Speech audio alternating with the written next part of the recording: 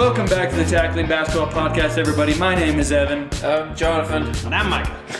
So awkward for no reason. I don't know, I felt like yours was abrupt, so I needed to slow it down a little bit. Alright, fair enough. Alright, well, thanks so much for tuning in, everybody. We appreciate it. We have a fun agenda ahead. Of course, we have NBA Postseason starting, so we're going to be talking about our NBA Postseason predictions and brackets. We're going to be giving you our NFL mock top 10s because the NFL draft is just 10 days away. Very exciting for most teams, I guess. Packers don't really need it. Broncos don't really have a high enough pick to be excited. So, you know. Packers and Dolphins don't care because we already have good teams. That's what you guys sound like. Pretty much, yeah. But we will, of course, start out with Toast and Roast. And Micah, we're kicking it to you for first. Who are you toasting this week? I am toasting Boban Marjanovic. Boban! On the go bun. The greatest human being on the planet, probably. Oh, without a doubt. The only player in the NBA to be in a John Wick film. That is true. He was also in a movie with Andy Samberg and Jake Johnson recently. Yeah, What a guy. Good for him. He's going to be a star. His acting career is better than his NBA career. Yeah. But on Sunday, the last day of the regular season, put Boban in the fourth quarter. Houston is already up like 15 points. Clearly are beating the Clippers. Everyone's benches are out. Boban misses his first free throw. And in LA, if you miss 2 free throws, everyone in the audience gets free chicken nuggets. And so Boban, hearing the cheering and hope for chicken, points at himself, says yeah, this is on me, and intentionally misses a free throw so that the opposing team can get chicken. He's just the best. Yep. This guy is awesome. He grew up in the middle of war, not knowing if he'd survive, and then found basketball, made it to America, and it's just the happiest, nicest, greatest dude of all time. I love Boban so much, and I want only good things to happen to him forever. There is still to this day nothing more pure than the video of Tobias Harris talking to Boban and saying, "I will go get you ice cream," and Boban just having the biggest smile on his face. Bobby and Toby need to be reunited. I loved it in the bubble. Tobias Harris, I think, was out on the patio, and Boban was all the way down. And Boban was like, "Toby, we get to play again soon." And Tobias was like, "I don't want to talk to you. You're friends with Luca now. You have your new best friend." He's like, "I still love you." They're the best. Oh, man. Yeah. Cheers, Boban. Yeah. You're the GOAT. Great toast. All right, Jonathan, we'll pass it over to you. Who are you toasting? Yeah, for me, it's going to be a guy that we could probably toast again, hopefully soon, in about a month, when he actually wins the main award. But for now, his peers recognized Mark Daigneault as Coach of the Year. The NBA Coaches Association votes annually on Coach of the Year, and he was far and away the dominant leader in that category. 5 total coaches received votes, but I think he garnered 80% or something. So it's all very well deserved with just the incredible season that OKC has had this year. The fact that they have secured the number 1 overall seed in the West, which is incredibly difficult conference to do that in. And the way that he's helped dramatically improve their defense, taken the youngest starting lineup in the history of the league to playoffs at all. It's the youngest lineup to make playoffs, and they got the 1 seed. So, well deserved to win this award, and I am betting that he will get the overall Coach of the Year award from the league as well soon. So, I mean, he should. Yeah. Well deserved. It's really there's other coaches in contention, but I think Mark Daigneault is by far and away the favorite, as he should be. So. All right, for my toast, I'm going with the Orlando Magic. Similar situation, the Oklahoma City Thunder, a team that has just blown away people's expectations this year. The Magic have been phenomenal, spearheaded by Paulo Banchero and Franz Wagner, a team that not a single one of us thought would be making playoffs this year. None of us even put them in the play-in. I was having high expectations of putting them at 11. And yet, they are what? The 5th seed? 5th seed in the East. Freaking crazy. Yeah. And props to their coach as well for being so great. But, I mean, really just this is a team of young players who, in the next couple of years, have a good shot at being like the team in the East.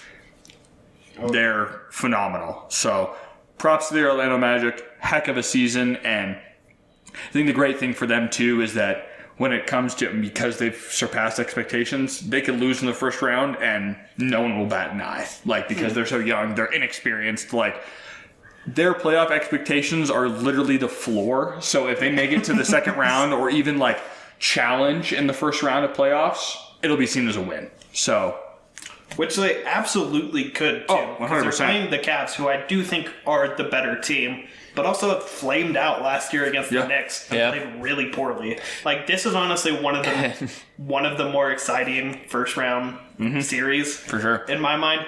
Mostly because, one, Orlando is just a blast to watch. They are so much fun. And two, if Cleveland loses again, like, there will be changes there. Like, there are two teams, like, both years had a great team that should make the second round. And if they lose twice in a row to teams that they should not lose to, like, they will be a different team very soon. yeah. I want the Magic to just win the NBA Finals at some point here over the next few years, because the Wagner brothers would become the first ever set of brothers to win the NBA Finals together, which would be really cool. Was Thanasis not on the Bucks? Not at the time. He was on the Lakers at the time that the Bucks won. Right, yeah. So, yeah, Mo and Franz, and one of them is significantly better than the other. We won't name names, but... But Franz is better. Mo was just kind of there, but that'd be kind of cool. So.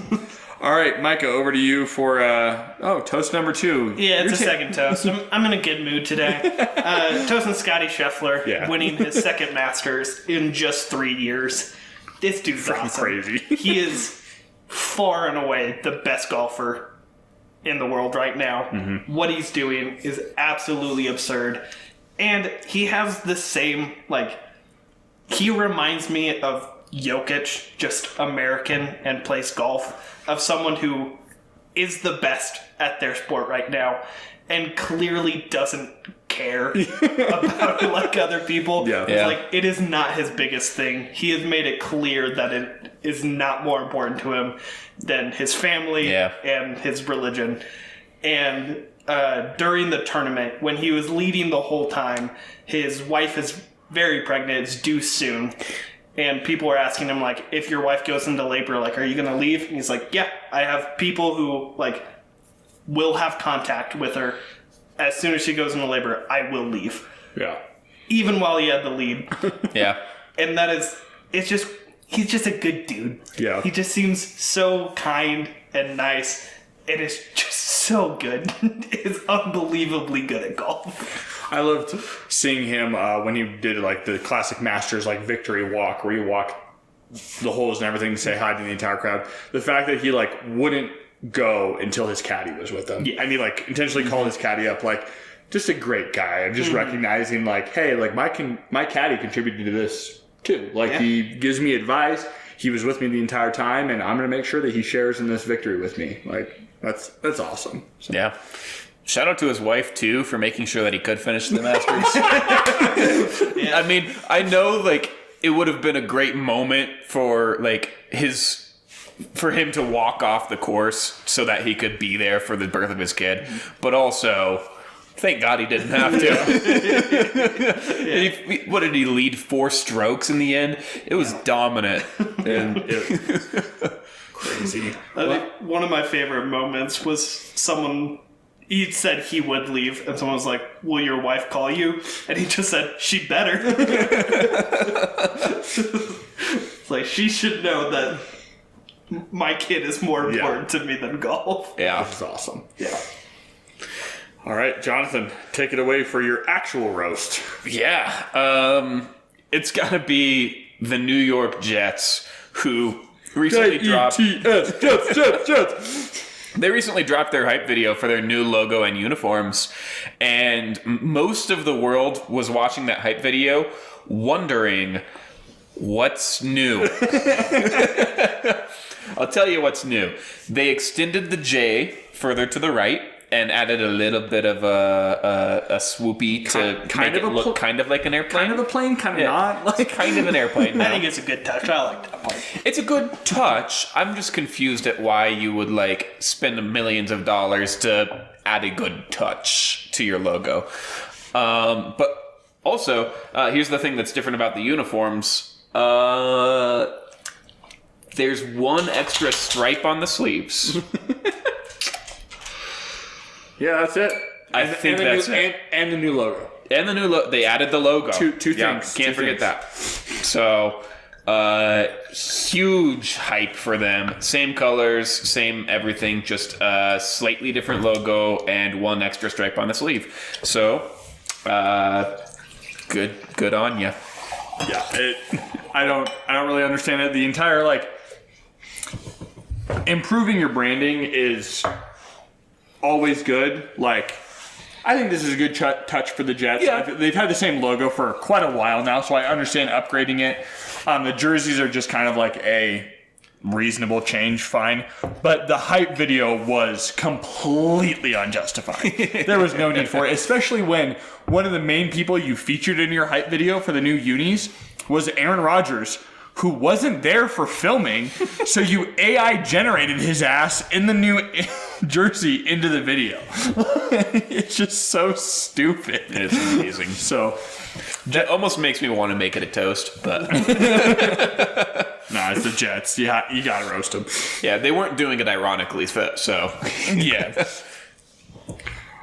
All right. yeah. For my roast, since we will not be talking about the Portland Trailblazers throughout the playoffs because they finished last in the West, What? I'm going to be roasting Chauncey Billups. Get him. And at this point, I mean, I've been saying, I think, for the past 2 years now that Chauncey should be fired. I just didn't see anything from him that said to me, oh, he's a good NBA coach. But I think this season really drove that home. And not that we were expecting the Blazers to make playoffs. We weren't expecting them to make it into the play-in. No. The roster is not great. But what I did expect to see was at least some player development. And from my point of view, I'm not sure I saw a single guy on the Blazers get any better this year. Ant was essentially what he is and who he has been for his entire career. Scoot was essentially as expected, but his shooting percentage didn't get any better, which was something we were wanting to have done for Scoot. DeAndre Ayton was still the inconsistent center that he always has been. And Shaedon Sharpe got hurt, unfortunately, because Shaedon is like one of the brightest spots on this team. But then once he got healthy, Chauncey just decided to not play him the rest of the year, to give him a shot to develop. And I don't get it. And at this point, Chauncey just needs to be gone. I think especially with how bad the Spurs were too, how bad the Grizzlies were. I don't expect the Blazers to make the play-in, but I feel like they could have, at least with the roster they had a better record than the Spurs and the Grizzlies. Yeah. And maybe even the Jazz. Because I feel like the Blazers have a deep roster. They just need to improve and grow. But Chauncey hasn't done any of that. So it's time for the Chauncey Billups era in Portland to be done. I think he'd be a good assistant coach somewhere, but I just don't think he has what it takes to be a head coach. So hopefully Jody Allen will realize that over the offseason and can his ass. Because I don't know if I could mentally and emotionally take the Blazers finishing last in the West for 2 straight years. So Yeah, I fully agree. I'm surprised we didn't fire him after missing the playoffs twice with Dame while we were still in the period of saying, hey, we need to win or else Dame might leave. But I will say, one of the bright spots this season, while it's not Chauncey Billups, I do really like our new general manager, Joe Griffin. Yeah, Like the 100%. pickups that he got of Duop Reith, Jabari Walker has been really nice this season. Tumani Kamara, like the young guys he got just out of nowhere that happened to be pretty good. Banton, like these guys who I've never heard of in my life, and they're like, oh, these guys can actually like kind of ball. And if we had a good coach and health, then maybe like we could throw some wins together. I do think health was like the biggest thing for us being last. Like Jeremy Grant was out most of the season. We lost Robert Williams the whole season. Everyone had been out. But still, like it's not Chauncey. Well, but congrats to Chauncey, Hall of Fame. Yeah, way to go. Yeah, way to go. I do agree with you. I like Joe Cronin a lot. I think he has done the absolute best that he could with the absolute crap situation that O'Shea gave him when he came in. Because he came into a situation where it was Dame or bust, and to his credit, he recognized... He chose bust. Yeah. Well, I mean, he chose, I'm not going to, if Dame wants to go, fine. Like, we'll get rid of him. And he got a heck of a package for Damian Lillard. I love the future outlook of having Robert Williams on the team if he's able to come back healthy. All the young guys we got, like you said, Tumani Kamara, great guys. I think Scoot, again, if he can just be more consistent and more efficient. I really liked what Scoot was doing near the end. I like Scoot. I love Shaden. So Joe has been, I think, the best GM that the Blazers have had since I've at least started watching the Trailblazers. Granted, it's only 3 general managers. Yeah. But still. So hopefully the Blazers will be able to turn it around, but I don't think they can do that until they get rid of Chauncey. Yeah. We got to talk about the Blazers all along. Let's go. Speaking of them being last in the West, Oh, God. Miniature roast to the Spurs, who in the last, 2 games of the season went from the 3rd best odds at the first overall pick to the 5th best odds at the first overall pick, just because. They got Wemby. They're fine. They got win. They are. Wemby wants to win, and honestly, I love it. Yeah. And Pop is still the greatest head coach in NBA history, so. Yeah. He is. Yep.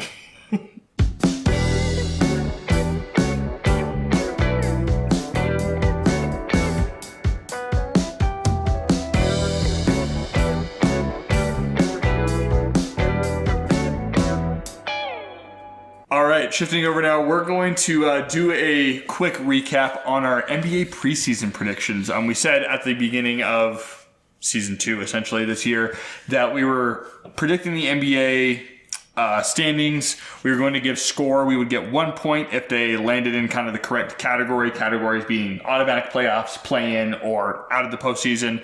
And then we would get another point if they landed, if we predicted them perfectly in the spot that they were in. Mm-hmm. So we are going to start out with the Western Conference, and I gotta say, the Western Conference shafted us pretty hard up top. I had 2 points in the top 6. Jonathan did best. He had 4, and Micah had 3.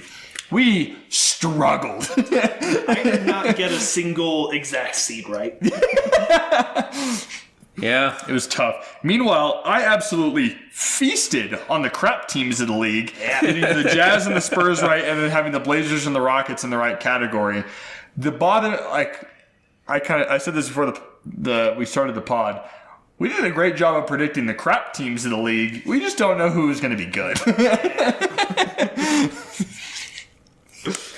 Yeah, quick pat on the back to myself for getting the Thunder in the playoffs, although even I put them way too low. I don't think God would have put him as number 1. So. Warriors and Lakers I had at 3 and 4 respectively, and if you listen back on the pod, I said something like, I am afraid of the age cliff, but until I've seen it hit, I'm not going to bet on it. Well, you've seen it. I've seen it hit now. So honestly, I called the age cliff the best. You did. Lakers and Warriors. Yeah. Yeah, you were barely off on both of those. Yeah. And then, obviously, we all had Grizzlies fairly well, and injuries destroyed them. Yeah. And then Timberwolves also outperformed what we all said. Like the Twin Towers approach worked. So did the Mavericks. The Mavericks did a lot better than any of us thought that they would. Yeah, Kyrie sort of stepped into his role this year instead of just trying to be the superstar still. Yep. So, yeah. But yeah, in the West, overall, I finished with 10 points. Jonathan had 10 points and Micah had 9. So pretty close overall. But Jonathan and I both hitting 33%. So not great. And then over in the East, again, kind of the bottom of the league was better for us than the top. Jonathan being the only one who correctly predicted a seed number for anybody in the top 6 with the Boston Celtics at 1. Of course, all of us got the Bucks and the Cavs finishing in the top 6. Micah and I had the Knicks. They're in the top 6. We got a point. even after the season has ended, I find it ridiculous that I didn't get the Bucks and the Cavs spot on. Yeah. Like, it's shocking to me that they didn't finish 2-3. The second and third seed. Yeah. Hurts a little bit. Yeah. I nailed the Miami pick. Yeah, you nailed Miami. I nailed the Bulls.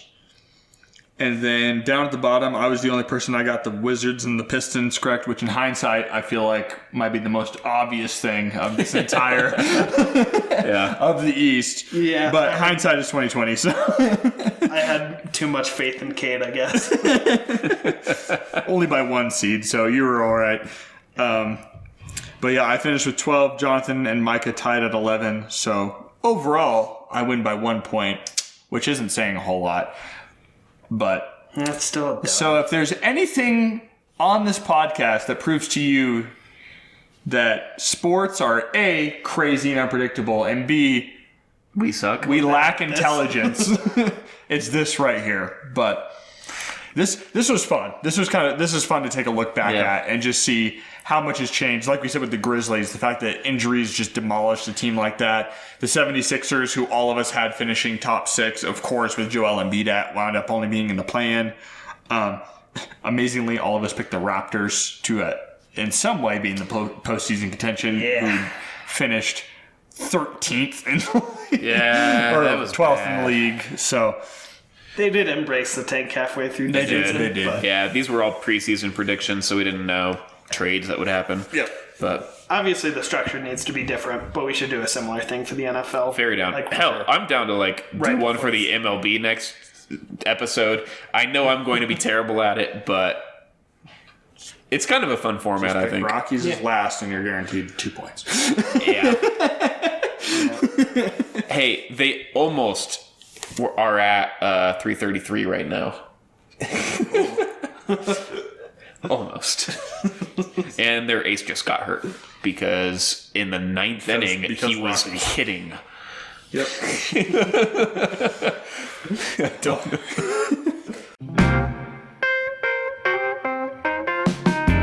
All right, but now we'll shift over to NBA playoff predictions. So up on the screen here, you'll see we just essentially built out a graphic, or I built out a graphic for the You do a really good hymn. Thank you. He does. I thought I knew. For the play-in and the first round, it's too much. I'm not going to make a graphic for every single one of our predictions, but each of us are going to go through the entire bracket here, predicting what we think will happen. We are currently watching the Lakers-Pelicans game as it goes, but that doesn't mean any of us can retroactively change our picks. Which When for I want me, to, I think I picked which for me is I did. unfortunate. What are the odds that Evan goes back after we record and does create a custom bracket for each of us? He does that sometimes. Not Surprisingly high. No, I promise. He shouldn't. That would be way too much effort in this instance. Get us to 50 likes and he will next episode. All right, but we will start. Let's start in the East play-in. Micah, who do you have coming out of the play-in tournament in the East? I've got Philly winning the first game against Miami, and then Miami can beat whoever makes it out of the Yeah. other two. Who's even in it? Hawks Bulls. Yeah, Hawks Bulls. On the Oh, yeah, there it is. I made the graphic for you.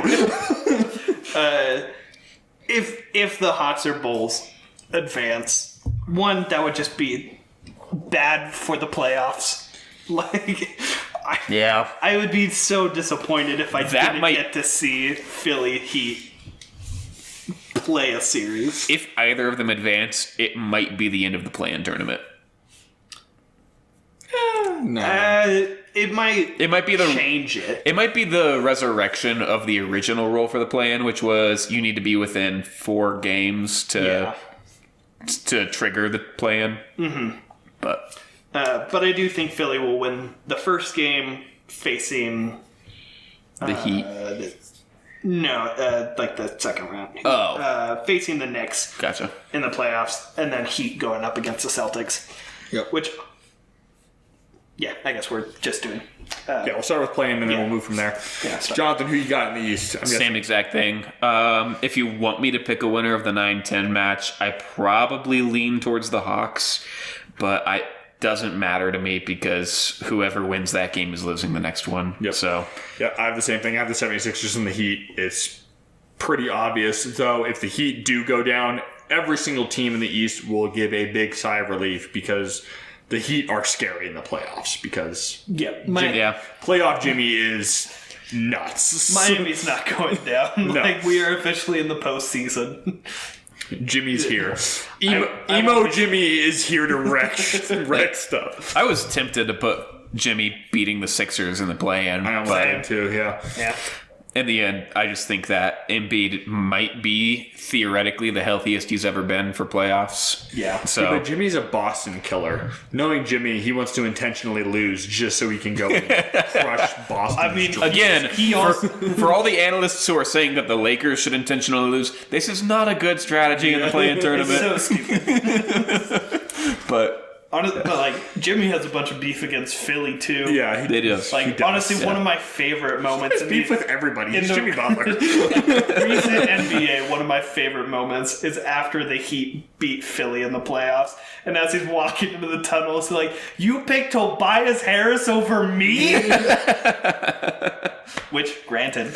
Yeah. Granted, but we don't condone because Tobias Harris is a lovely human being. Yeah, we do like Toby. All right, let's jump over to the West now for play-in. Jonathan, who you got? I have the Lakers winning their first game in that 7-8 matchup, so they're going to claim the 7th seed and face off against the Nuggets in the very first round. And then I actually have the Kings winning their winner-go-home tonight and in that matchup against the Pelicans. It feels a little bit bold of me because I feel like Zion has to overcome his play-in tournament woes at some point. I believe that he's lost 3 play-in tournaments and has never actually made it to the playoffs as a result. So I feel like it's inevitable that he will soon, but I just don't think it's this year. The West is so difficult, and I have the Kings lighting the beam, baby. Light the beam! Let's go! All right. I'll jump in here. I have. I'm the only person that picked the Pelicans in this game, which we're currently watching. Pelicans are down by 13 points in the third quarter. So not looking great.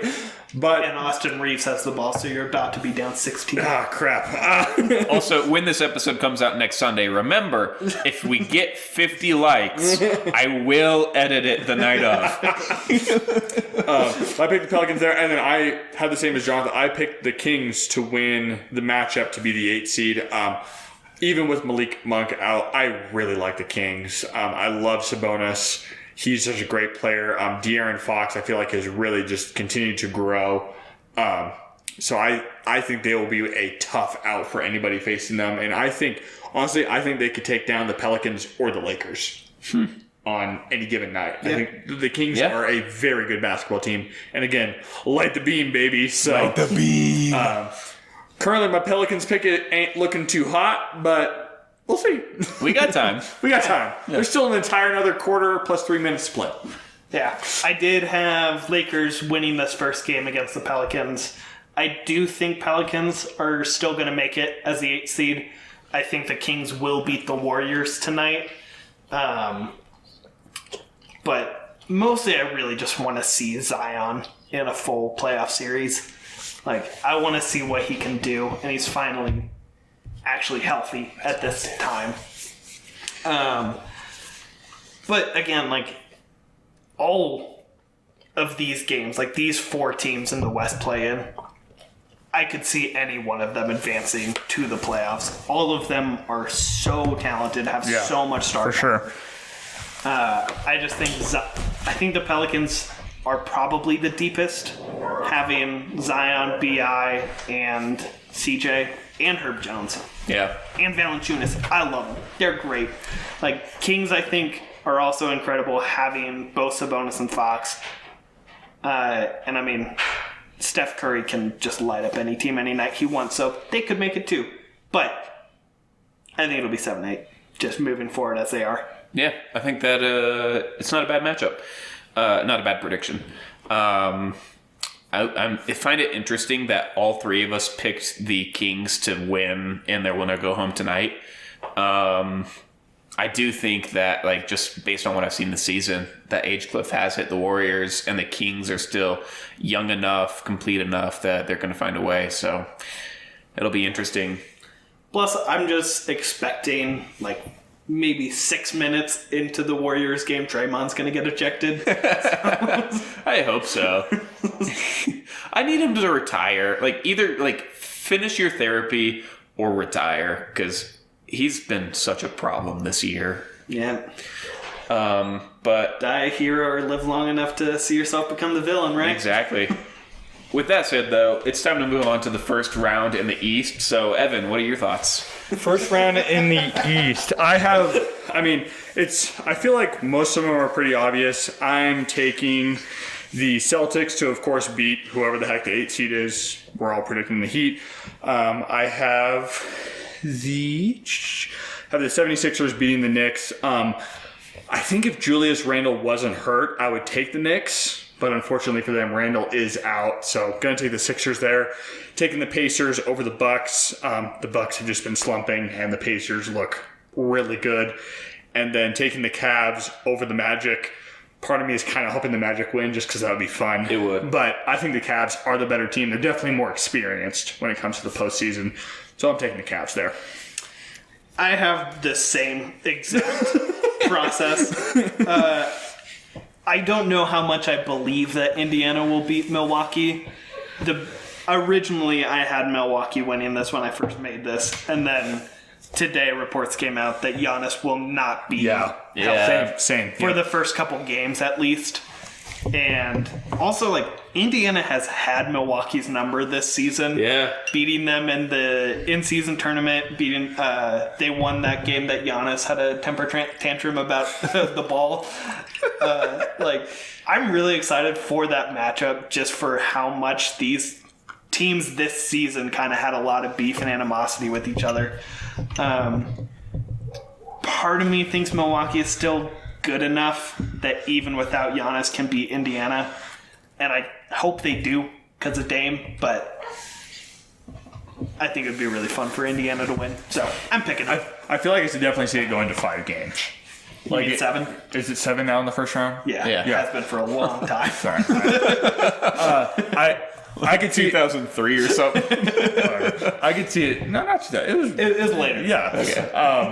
I could see it going to 6 or 7 for sure. Yeah. With these guys, with or without Giannis, I think this will be a tough out both ways. It's like you said with the Magic and the Cavs. I think this is one of the other best first round matchups.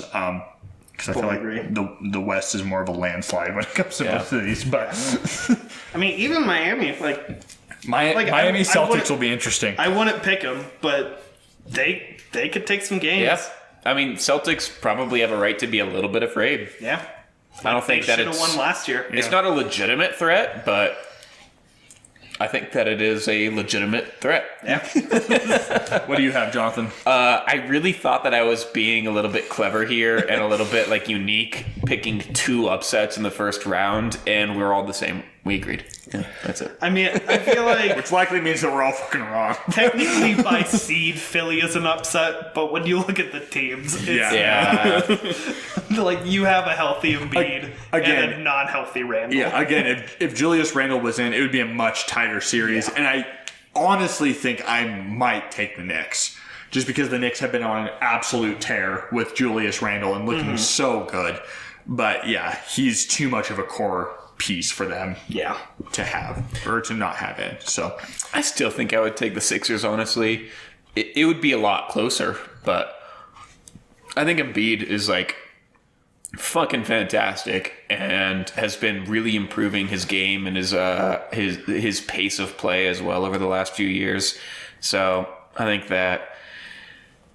this might be his year. I was honestly tempted to put them in the finals. Spoiler alert, I didn't. But I think the Sixers are going to be a threat for going deep in this playoffs. I was close to putting them at the Eastern Conference champion as well. Cool. All right, well, let's shift over to the West. First round. Micah, who you got? I've got Oklahoma beating New Orleans, who I think will come out of it as the 8th seed. Denver beating LA. Phoenix beating Minnesota. And the Clippers beating God Dallas. damn it! I thought it was unique. Nope. Well, since you aren't unique, I'll go second.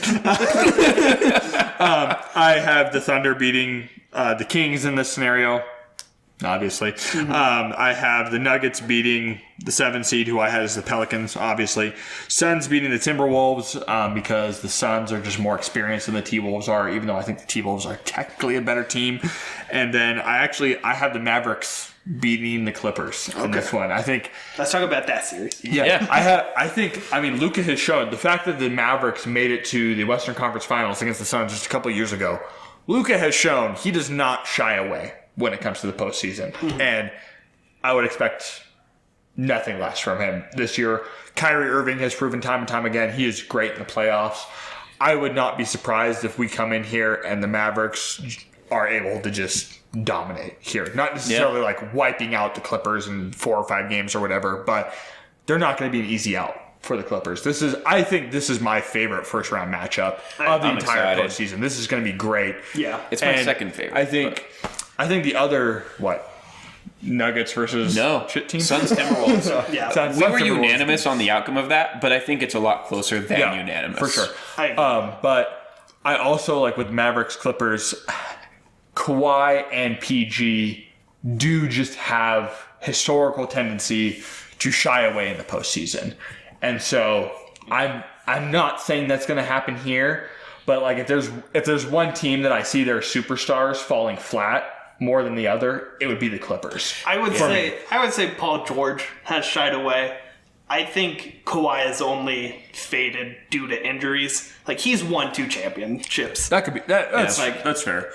He carried the Raptors to a championship. Granted, Golden State was injured at the end, but still. Yeah, that's fair. 2 Finals MVPs too, right? Yeah. He won. That's fair. But even if PG isn't performing to his best, there's only so much Kawhi can do. So yeah. I think that the reason that I have the Clippers here is because this is the first year in half a decade that this team has played mostly together for most of the season. I think that those rules around resting and the rules around NBA awards have really, really improved the Clippers' chances during playoffs because they have gained a lot of cohesion that they were lacking in the past. So I think that if there's any year that they are going to really show themselves worthy, that it's going to be this one. And small spoilers again, I didn't, but I was very, very tempted to put the Clippers in the Western Conference Finals. Yeah. Because I just think that they have really talented players, and for the first time ever, they are prepared. So. Yeah. I also picked Dallas. This was a really hard one for me to pick. I could see it going either way. Regardless, I think it'll go to 6 or 7 games.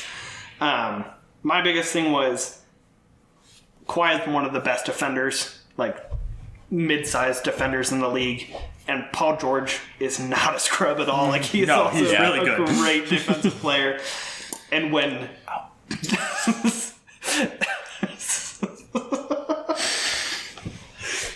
Sorry, Jonathan just hit his tooth with it. Shut up. With Dallas only having 2 great players and no one else really to lean on, I think Kawhi and Paul George can do enough to quiet them. Like, obviously, you're never going to shut down Luka or Kyrie, but I think they can do enough, and I don't think the rest of the team can step up to overcome that. Who I think is going to be the X factor in the series? I would love to hear. Russell Westbrook. Ooh. Interesting. I think if Russell Westbrook, because he has become like the floor setter for the Clippers, he really is that distribution guy, and he's filled that role amazingly. He really has taken a back seat from a scoring perspective. But I think if he falls short on that end, if on setting the floor, if he just isn't quite right, I think that could really screw the Clippers over. Yeah. Because I feel like he has become kind of an integral part of the Clippers' success this season. And that's another guy, playoff Russ is not the same as regular season Russ. And you have Harden, who is the most infamous player. Yeah. So, but I think Russ could make or break the Clippers in the series, honestly. Real brief toast right now. Evan. I'm not sure I've ever heard someone say this player is the X factor, and I think that they caused the loss. I mean, I don't disagree, but interesting take. I like it. Hell yeah, I got a toast, baby. God knows it's not going to be for being an athlete. Also, I do want to highlight the Suns. The Suns series. I was for sure going to make sure we talked about that. I mean, I do think this will probably be genuinely. I think it's going to be the most interesting game of the first series of the first round. I think 7 games is not at all unlikely. Yeah, and for me, a lot of this comes down to I don't think because X Factor is usually that guy who is not your main star. But X Factor for me, anyway, is Kevin Durant. And you look at how he's been carrying the Suns this season, which is stupid to say given that they are the 6th seed. But he's been carrying the Suns on his back. Booker and Beal have not been great. If you look at, I saw a super interesting graph today that almost made me want to put him as the toast. If you look at shooting percentage of an individual player relative to the rest of the league, specifically for Kevin Durant, every single zone on the floor, he is at least 10% better than league average. Jesus. He has quietly been super elite this year, quietly earned an All-NBA first team, probably will wind up as second team, but he's been phenomenal, and I think that his dominance will be absolutely necessary in whatever series they're facing. For sure. Yeah. I picked Phoenix purely because of Kevin Durant. Yeah. I was like, I love Minnesota. I think they're incredible. I think they will put up an incredibly tough fight. But if I have to choose between some like kind of unproven in the playoffs, great players, I'm going to pick Kevin Durant, who's done it time and time and time and time again. And having Devin Booker as your number 2, even though he hasn't played great this season, it's still a ridiculous number 2. Yeah, definitely. For me, I feel like it came down to I feel like Cat's recent injury stuff has me scared as well. Like I'm just not sure I have full confidence that Cat is going to be 100% through this series. If I did have confidence, I'm not sure I would take the Timberwolves, but it would be it's so tough. Like if the Timberwolves win this series, I will not be surprised. Yeah. Like it will not come as a shock. It will be okay. Yeah, I was wrong. They've shown it all season. I picked experience over youth, but youth can sometimes prevail, and it has in the past. And gosh, if any youth is going to prevail, Anthony Edwards, Cat, and then old piece of crap Rudy Gobert might be able to pull it out. So it's going to be an electric series, that's for sure. Just please God, allow us to have one instance of Anthony Edwards baptizing Kevin Durant. I would buy that poster to put on my wall in my office if that happened, because All right. We'll move on to round 2 of the postseason for both sides now. I'll start out here because I remember who I have in the second round. In the East, I have Celtics versus Cavs, and I have the Celtics winning. I feel like pretty obvious one there. Celtics are definitely the better team. And then Pacers versus 76ers, and we'll see if this is controversial. I have the Pacers winning that series and taking down the 76ers. Sixers not making it to the Eastern Conference. I would say that's controversial. I will say that's controversial. I love it, and I will say it's controversial. Yeah, I think my thing is, and similar to what I just said about Kat, the fact that in his first game back after a 4-month injury, Joel Embiid got hurt concerns me for the 76ers outlook through the postseason. I'm just not convinced that he's fully healthy. I'm taking the Pacers here. I think the Pacers are very feisty. I think they're a good, very good young team. And also, I just don't like the 76ers. So I agree. That's fair. Yeah. I will say I was a little disappointed in Indiana at the back half of the season. That's fair. Especially after you made the trade to get Pascal Siakam. Mm-hmm. I was like, all right, they're making a push. They're doing something. And then they're just kind of mediocre, which is fine for that team. Like, they, without a doubt, exceeded expectations. Tyrese Halliburton is a baller. Absolutely love him. But, I mean, I get what you're saying. Like, if Embiid goes down, probably even if Embiid's not at 100%, like even if he's at 80%, I'm taking Philly. Yeah. I mean, I suppose. I just think position-wise, like, sure, the Pacers don't I wouldn't take who's the Pacers center? Miles Turner. Yeah, Miles. Obviously, you're not taking Miles Turner. I don't think you take Miles Turner over Embiid at 50%. But I'm taking Tyrese Halliburton and Pascal Siakam over anybody else on that team besides Joel Embiid. Maxey? I would agree.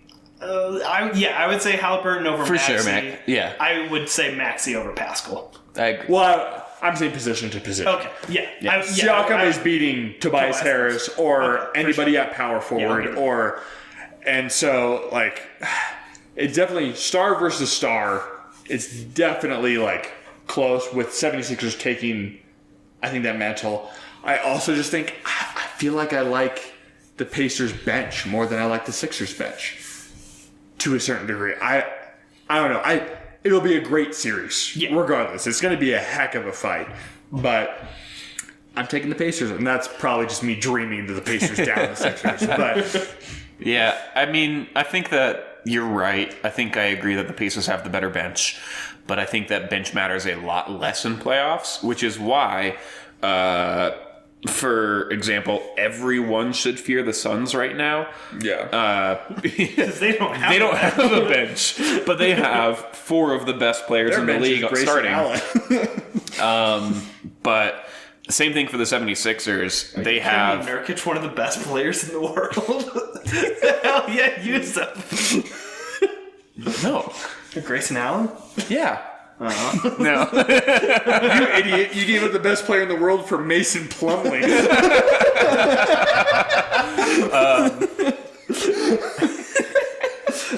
Although nobody can do a 180 dunk like Mason Plumlee, so maybe you got us there. I mean, he can't do a forward dunk. Yeah, no. The number of times that he catches the ball under the rim completely open and he turns around. You bet you didn't think we were going to talk about Mason Plumlee right now. Hey, but scientific fact, you can jump higher backwards. But back away from that. Embiid is the second best player in the league. And when he's healthy, yeah. Yeah, Embiid is the second best player in the league, I think, almost unquestionably, when he's healthy. Theoretically, he is healthy. And I think that the gap between Embiid and Halliburton is almost larger than the gap between Halliburton and Maxey, which is probably a bold take, but it's probably Genuinely, I think that the 76ers just have so much more top-end talent that they're going to be very hard to overcome. So for my second round, I have the Celtics emerging, as well as the 76ers emerging over the Pacers. Plus, Philly has Champagne Poppy. They do. God, I forgot he's on that team now. Oh, Kelly Oubre. All right, easy bucket. All right. Yeah, I have the same thing as Jonathan. Yeah.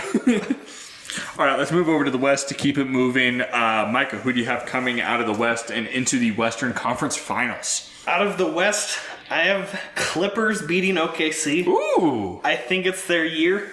I mean, I don't think they're making it all the way, but I think it's their year to make the Western Conference Finals. And OKC, my biggest thing is just their age. Yeah, for sure. Like, I think they, without a doubt, should win their first series. But once it gets tighter, if Kawhi and Paul George are healthy, like, I think they need another year of real playoff experience before they can do anything big. And then I have Denver beating Phoenix, but I do think that'll also be a really good series. Mm-hmm. Honestly, out of all four of these teams, I could see the other option coming out, but my guess is Clippers, Denver. Yeah. I really like that. I was tempted to do exactly that. And I agree. Both of these will be difficult matchups. I think that the experience of the Clippers and the top-end talent will be hard to overcome for the Thunder. But that, well, I just contradicted this a few minutes ago. The depth of the Thunder will really shine through in this series. Their bench is so good. Less their bench and more I just know what you're saying. their first seven. You know? Because that's what your playoff rotation is your first seven, unless your eighth is like barely worse, then it's your first eight. Mm-hmm. But the first seven of OKC is the best top seven in the league, I think. I agree. Yeah. And it's just the top end talent that beats them out. Them are the Clippers. Celtics. Yeah, it's close. Yeah. I do have the Thunder escaping that matchup. I do have the Nuggets escaping what last week I called their scariest matchup in until the finals. Mm-hmm. Because I think the Nuggets bench, the Nuggets 6th and 7th men are also a little bit weaker. You primarily look for defensive matchups when you're setting your lineup as the Nuggets. Mm-hmm. You don't look for any offensive firepower out of those two. And Jokic's on-off numbers always concern you when he's off. So the Suns are a little bit concerning, but I do still have the Nuggets winning that series and it being a close one. So yeah. Okay. I have the Nuggets beating the Suns, obviously. And then Thunder versus Mavs. I have the Mavericks winning. Hey, I have the Mavericks heading back to the Western Conference Finals against Denver. Yeah. I think it really, for me, just comes down to experience. I think the Mavericks have a more experienced postseason team than the Thunder do. I think just at a certain point, the Thunder are going to hit a spot where the moment is just too big for them, which totally justifiable. Like, Shai Gilgeous is essentially their oldest player, and he's 26 years old. He's not even in the quote-unquote prime of his career yet, so makes total sense. Luka has been there before. I think Luka is just going to dominate in this series. Kyrie has been here before. I think he will really step up. And yes, I get there are concerns around the rest of the Mavericks roster, but they have some very good pieces around there. I mean, Tim Hardaway Jr. has been very solid this year. Derek Lively has been a very pleasant surprise. PJ Washington has been good. I love PJ. So I honestly think the Mavericks have a deep enough roster to complement Luka and Kyrie having great games. They definitely improved at the I can see the Mavericks taking the series, and again, it may just be me thinking that a Nuggets-Mavericks Western Conference would be so much fun. Jokic versus Luka would be a great series. So maybe I'm just being hopeful, but at the same time, I think the Mavericks have what it takes to make it back there. I could for sure see them getting there. Also, it's a 2-point game now. We're watching it live. Pelicans just brought it within 2 with 5:30 left. 9-0 run. Amazing. This is awesome. I love watching Herb Jones play. Yeah. Like, he had a deflection a little bit ago. Like, his wingspan is insane. He is always where the ball is. But we still have a podcast to do. So also briefly related to the podcast, I think the most exciting thing about playoffs for me will be the 1, 4, 5, 8 seed in the West. Honestly, I think any of those teams has a reasonable argument at making the conference finals. It'll be, I think, 3 really, really entertaining series, and I'm super excited for it. So, For sure. All right. Head over to the East, Eastern Conference Finals. Micah, based on the matchup that you have created, which is... Boston beating Philly. Who do you have making it to the NBA Boston. Finals? Boston. Okay. Yeah. And everybody said, duh. Yeah. I mean, historically, Boston has been the Philly killer. I mean, that game 7. Everybody's been the Philly killer. True. But especially last season, what Jason Tatum did against Philly in that last game, dropping like 50 points, and Embiid just didn't show up at all. I feel like it could be a very similar thing. I honestly, I do not dislike Philly near as much as you guys do. Part of me really wants to see Philly make it out of this and just have Embiid in the finals, especially, spoiler alert, if they go against Jokic. that would be such a fun series. Such an incredible matchup and series. But I mean, I gotta pick Boston. What they've done this season, and again with the East, I don't think Philly has what it. I think Boston will come out of the East.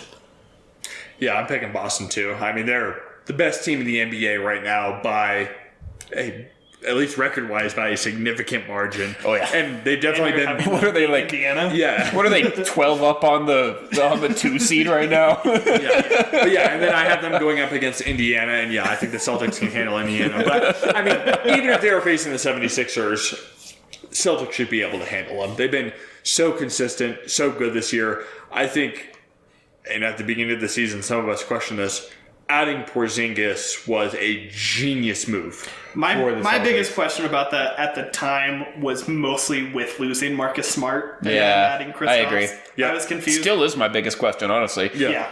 But it's it worked out. Kristaps has done so much better than I thought he would. It's been great. And honestly, I feel like to a certain degree, maybe not defensively, but Derek White has kind of filled the hole that Marcus Smart left to a certain degree. And that, I mean, the Boston starting 5 is absurd. It's ridiculous. They're so good. And then you look at their bench, and again, their bench is really good. So Horford coming off the bench, and who would be their other person? If they had a 7th. Yeah, like Drew and Derek. It doesn't matter. yeah. It's absurd. I mean, for their shooting guard position, they get to choose between Jaylen Brown and Malcolm Brogdon. Malcolm Brogdon's a Blazer. Or no, not Malcolm Brogdon. Drew Holiday. Pretty easy. That's a nice spot to be in, where you get to choose between those two guys for your shooting guard. I think this season they've been moving Jason Tatum to the 4 and Jalen's been at the 3, and Holiday's been at the 2. I'm pretty sure this season. Yeah. But regardless.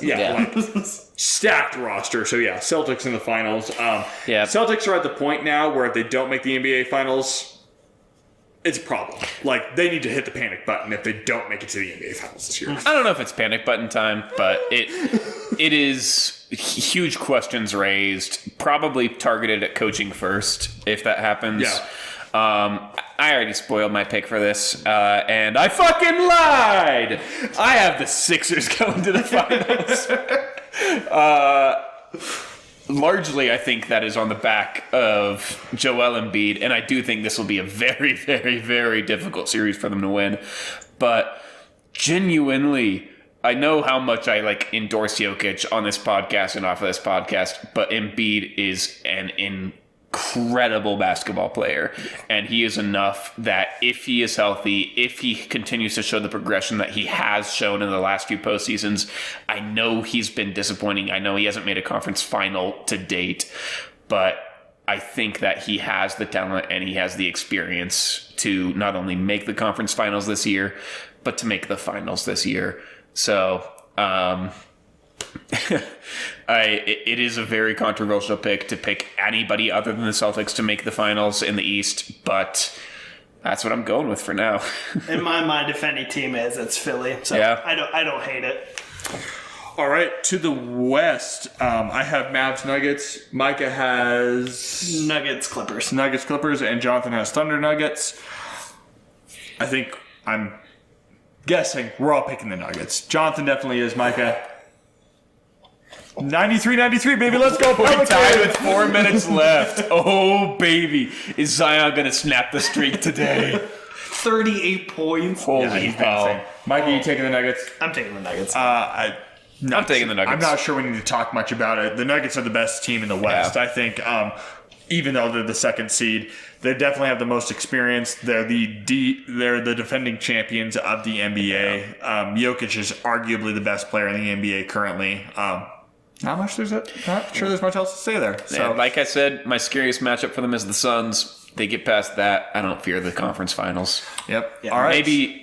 Maybe I'll eat my words. I thought a little bit about the Clippers. Like, maybe they can do it, but I mean, just how the Nuggets walloped through last year's playoffs. 4 losses. Yeah. Like, I think they can beat the Clippers. What was it, the second or third fewest number of losses in playoff history? So, all right, but let's move on to the NBA Finals. Mike and I have the exact same matchup. Celtics Nuggets. Jonathan has Nuggets 76ers. We know what Jonathan's taking. Micah, who are you picking to win the NBA Finals? I'm picking Boston. I just think everything they've done this season has been incredible.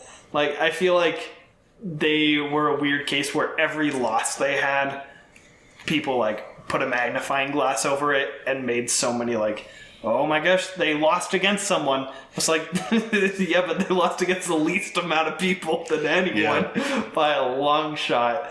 They seem to be fully healthy. Everyone besides Kristaps is a great defender.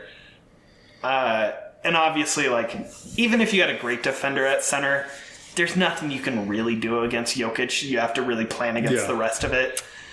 And I think they have enough to slow everyone else down, and everyone can score. What Jaylen Brown has been doing this season, like, honestly, like, I would have never thought I would say it, but I think he's honestly probably the X factor. Like, he has been phenomenal this year, and if he keeps it up to the playoffs, I think that will be, like, the biggest defining factor of this.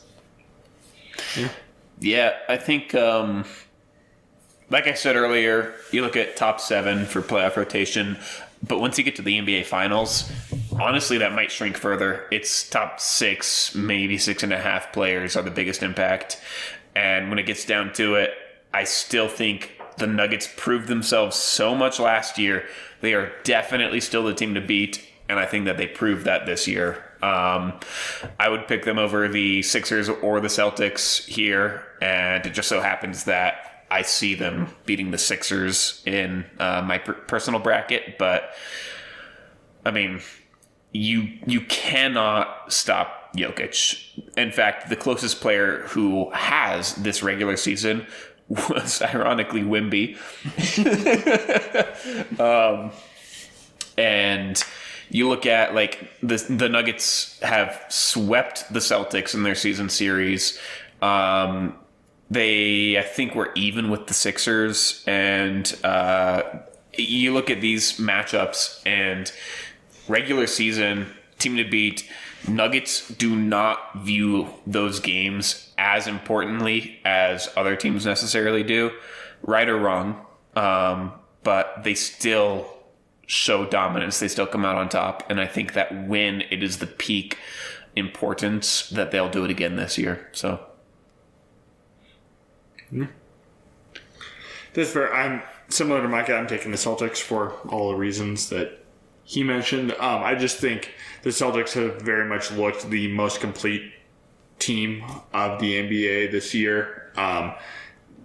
Their starting five is absolutely ridiculous, like we talked about. And I feel like where the Celtics are at this point, it's kind of NBA Finals or bust to a certain degree. And I think Jason Tatum is due. So picking the Celtics here, but I also would not be shocked if the Nuggets were able to win the series. So Briefly, was Zion just ejected?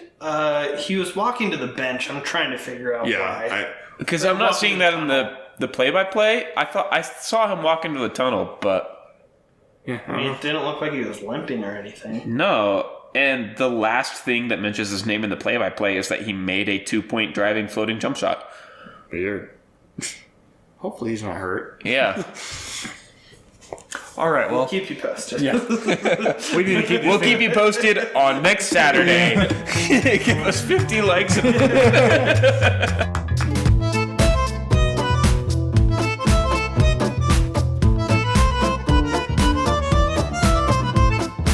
We need to keep this thing moving because we're already taking up more time than I think we expected. So Yeah. we're now moving on to the NFL, which we haven't really talked about in the past 2 weeks. But we're doing our mock NFL draft top 10. And so we'll jump right into it. Not sure there's much point in discussing the number 1 overall pick. We're all saying the Bears are taking Caleb Williams because Jonathan picked Balick. I did pick Balick Williams. I just wanted to be different. but it's the Bears traded away Justin Fields. You're taking Caleb Williams. He's by far and away the best prospect there. Even though I personally have some reservations about him, he's still the number 1 quarterback prospect. So the Bears would be stupid not to take him at number 1 overall. Yeah. Yeah. Agreed. Okay, I mean, cool. there are some concerns, but honestly, with like his fresh sarcasm that he's had in a lot of those responses, I am almost more encouraged by that. And even if he was concerning mentally, he's such a physical talent that you cannot deny it. The 101. That's fair. All right, under the number 2 pick, Micah and I are both saying that the Washington Commanders will take Jaden Williams, quarterback out of LSU. Jonathan, you're taking Drake May for the Commanders pick. Why Drake May over Jaden Daniels in that position? I think he's a better quarterback. I have a lot of concerns about Jaden Daniels, and I think that the best argument in my mind for them taking Jaden Daniels over Drake May is that I've been incredibly concerned with their front office actions over the last couple of seasons.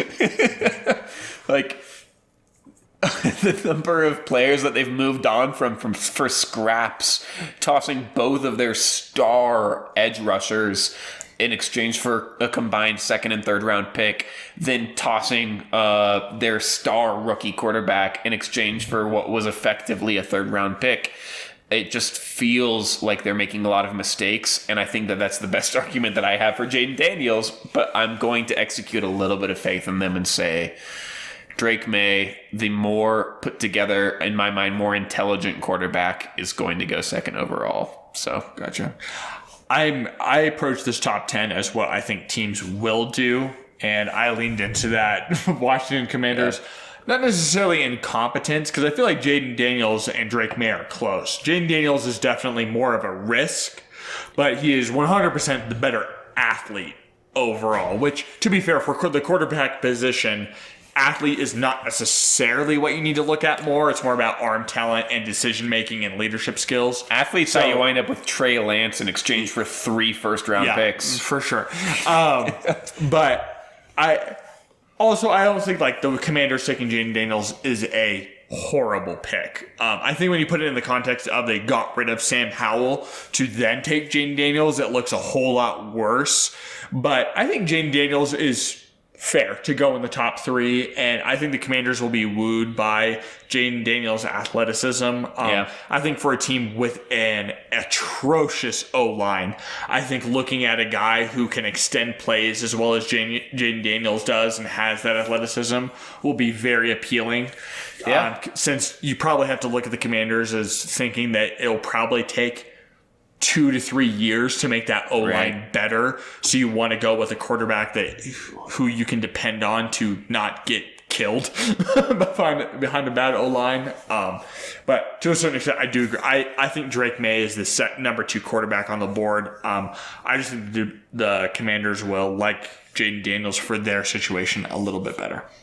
Yeah, I think it's not unlikely. I think that the biggest trap in the NFL draft historically is looking at players' potential based on athleticism. Yep, for sure.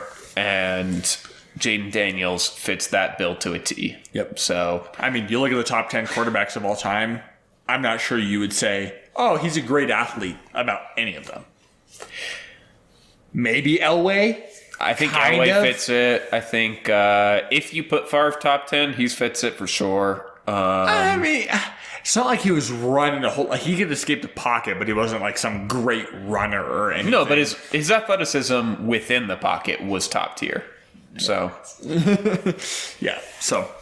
and Micah agrees with everything that Jonathan and I have said. Yep. So we're going to move on to the New England Patriots. Obviously, Mike and I have Drake May going. Jonathan has Jaden Daniels going number 3. It's all but certain that the first 3 picks of this draft will be quarterback. The Bears, Commanders, and Patriots all are in desperate need of a quarterback. There really isn't any way around that. So I'm not sure, Jonathan, there's much point in us hashing out what we just chatted about. Essentially, whoever the Commanders pick, the Patriots will take the other guy in that situation. The only thing I want to say here is when they took Mac Jones a few years back, his every single outlet gave them an A+, and then in retrospect, that's like a C grade at best. The same thing's going to happen here. Every single outlet will give them an A+ for taking Jaden Daniels at 3rd overall, and in retrospect, it'll be a C at best. Meanwhile, for me, I think the Patriots will wind up being able to take Drake May, and honestly, if I was Drake May, I would be praying that I go to the Patriots. Yeah, agreed. Patriots would be the perfect spot for Drake May. He would fit into that system seamlessly, even though there's a new head coach in place. I have a feeling the overall culture and system of the Patriots is going to stay the same, and Drake May would fit in perfectly there. So now on to the interesting stuff. We'll get to pick number 4, which belongs to the Arizona Cardinals. I have pick number 4 being the Vikings trade up and selecting J.J. McCarthy, quarterback from Michigan, with the Cardinals receiving the number 11, number 23 pick in this year's draft, and then a 2025 first as well. Pretty fair compensation, I would say, for a 4th overall pick. The interesting thing here for me is that I feel like this is something the Vikings have to do rather than something they should do. I'm not totally sold on J.J. McCarthy. I feel like he's probably more of a mid to late first round pick overall, realistically. But as the Vikings, you essentially have 2 paths. You either tank and you trade away Justin Jefferson and go from there, or you go try and get a quarterback you can succeed with to appease Justin Jefferson. Because the last thing you want is to give Jay Jettis more ammo to ask out. Yeah. And so since they let Kirk Cousins go, and since they have said we're not trading Justin Jefferson, what you have left is trading up to take a quarterback. And they're definitely not getting into the top 3 because none of those teams are trading out. So the next best spot is 4, where you get J.J. McCarthy. So I think this makes sense for the Vikings and their situation. And then I think for the Cardinals, this makes sense because if I'm the Cardinals, yes, you would love Marvin Harrison Jr., but at the same time, you have so many spots on your team you need to fill, especially in a deep wide receiver draft class. You can look at this and go, number 11 spot, cool, we can take the 3rd, 4th, or 5th best wide receiver at number 11, and then at number 23, we can fill one of the defensive gaps that we have as well. So I think this works out fairly well for both teams in this scenario. Jonathan, what do you think? I really wanted to play off Micah, but that's fine. I watched a game and a half of college football this last season. I have no opinion on any of these players. Marvin Harrison is on most people's boards the second best player overall. Yeah. On a lot of people's boards, he is the first best player in this draft. He is on my board. If you are the fourth team to pick, and you have the option between either trade back, accumulate for future assets that are not certain, or take potentially the first best player in the draft, you're taking the first best player in the draft, especially when he's at a position of need. So I think that the Cardinals actually wind up staying put here. They will wait until the draft. They will be calling with the Vikings and the Broncos constantly to see how much they can eke out of them, but I don't think it will be enough. I think that they stay pat and they take Marvin Harrison Jr. He's just too valuable of an offer for them to really want to take the risk, in my mind. So,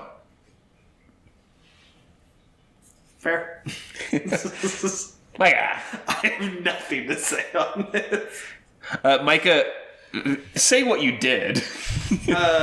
What did I do? I have the... Which pick are we on? 4. 4. All right. I have Vikings trading up and getting J.J. McCarthy. And it's the same exact package as Evan had. 11, 23, and a 2025 first in order to trade up to the 4th overall pick for McCarthy. I mean, I do think they do have Kyler Murray coming back. I think they are sticking with him. So I don't see, if they have a QB that's available, why wouldn't they trade down and get some future assets? Yeah. But I mean, I don't disagree with what you said by any means. Yeah. I think it makes more sense for them to trade down. I think those are their only 2 options. You either trade down for sure, or you take Marvin Harrison. Yep. But now on to pick number 5 for the Los Angeles Chargers. And for me, since the Cardinals traded away that pick, the Vikings took a quarterback, I don't think the Chargers are going to pass up the opportunity to take Marvin Harrison Jr. I mean, Justin Herbert, literally, he has Joshua Palmer is his best wide receiver right now to throw to, and that is not good enough. So if the Chargers have Marvin Harrison Jr. there, they're taking him 100%. So. Oh, I agree with that statement. I just don't think he'll be there. And the main reason why I think that is because the Vikings, in my mind, they see that either 4 or 5 will take Marvin Harrison Jr. with their pick, and they can probably buy the 5th for cheaper. So, if Are you saying that they wouldn't even approach the Cardinals for pick number 4, and they would start with the Chargers, or that the Cardinals would turn them down and they would then turn to the Chargers for that pick? Neither. I think that knowing the outcome of both picks would be Marvin Harrison Jr., they will approach both with offers, and they will get a better offer from the Chargers. Because after Marvin Harrison Jr. is gone, that pick is worth so much less to the Chargers. For sure. So I still have it going for, in my opinion, too much value. In my mock, I have the Vikings trading up to the 5th overall pick in exchange for the 11th, the 23rd, a 2025 first and 3rd, but they get back the 5th overall pick and J.J. McCarthy and a 2025 second. So slightly less than the proposed offer for the 4th overall pick, but the exact same outcome. And I'm warning you guys now, if this situation works out, I'm toasting the Broncos that week. Because somebody is going to overpay for J.J. McCarthy. Yeah. And I pray to God it's not the Broncos. I mean, the thing for the Broncos is, I'm not putting it past the Broncos that they would do that for J.J. McCarthy. I'm just not sure they have enough assets. They can't afford it. I think they know they can't afford it, so maybe it's not even trustworthy because they shouldn't objectively, but I would look out for the Broncos to take Michael Penix Jr. I know the Broncos aren't a part of this mock, but I would not be surprised if the Broncos decide to spring to try and get him or Bo Nix. If they trade back for either of those, sure. Not at 12. They can't afford it. I mean, if you look at... So, what I look at for this, for reference, if you're taking the 4th or 5th best quarterback off of the board, then you are hoping that they might become the 4th or 5th best quarterback in the league. Like, that is beyond ecstatic if that happens. And if you take a roster that at its base is, frankly, better than what the Broncos have, and you add a top 5 quarterback in the league, you get the Chargers. Do you really want to leverage your entire future, if you're the Denver Broncos, to become the Chargers? No. Not a fucking chance. So stay pat and build, or trade back and... I mean, realistically, they could get Penix or Bo Nix in the second round. They don't have a second round pick. Oh, never mind. Yeah, They could trade up into the second round, which wouldn't cost them their entire future to do so, to get either of them. But we're getting off topic.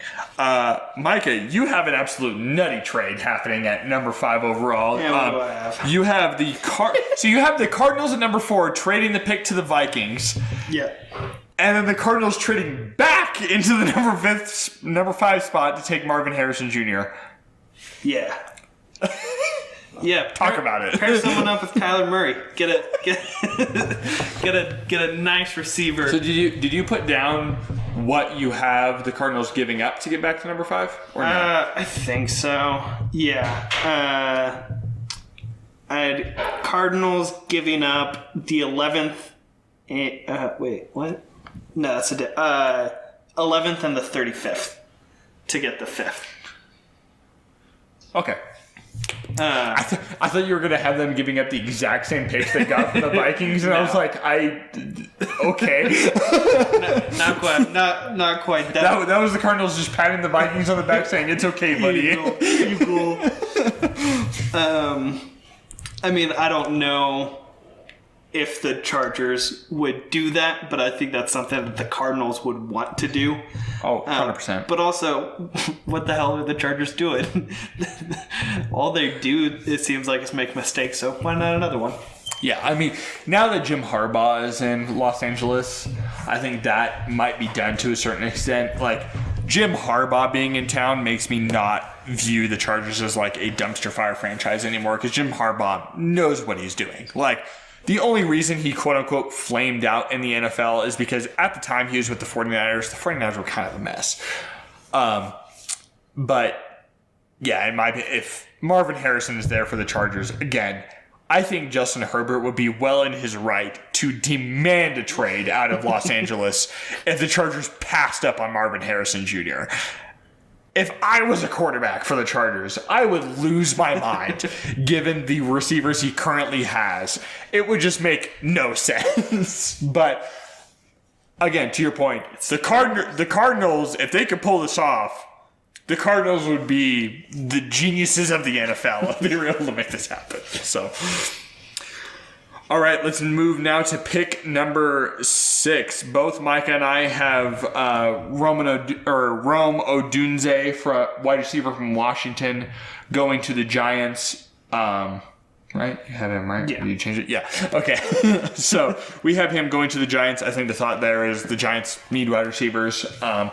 At that point there for the Giants, there's not really a quarterback anymore that they would want, so they might as well essentially just take the best pick available, which is, in my mind, Rome Odunze. I think he's the number 2 wide receiver off the board. I know some people would argue Malik Neighbors. Essentially, it's a coin flip between the two of them. They're 50-50. But, Jonathan, you are the one with a different option here, so what are you saying? So, first of all, I argue differently. I think Malik Neighbors is the second best wide receiver in this class. And frankly, I think that he is closer to Marvin Harrison Jr. than he is to Rome Odunze.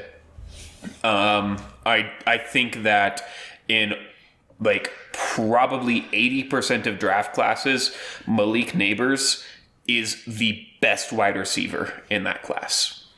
He is absolutely stunning, very fluid on his routes, very talented, very athletic, very intelligent. And in this case, I have him taken not by the Giants, but by the Falcons.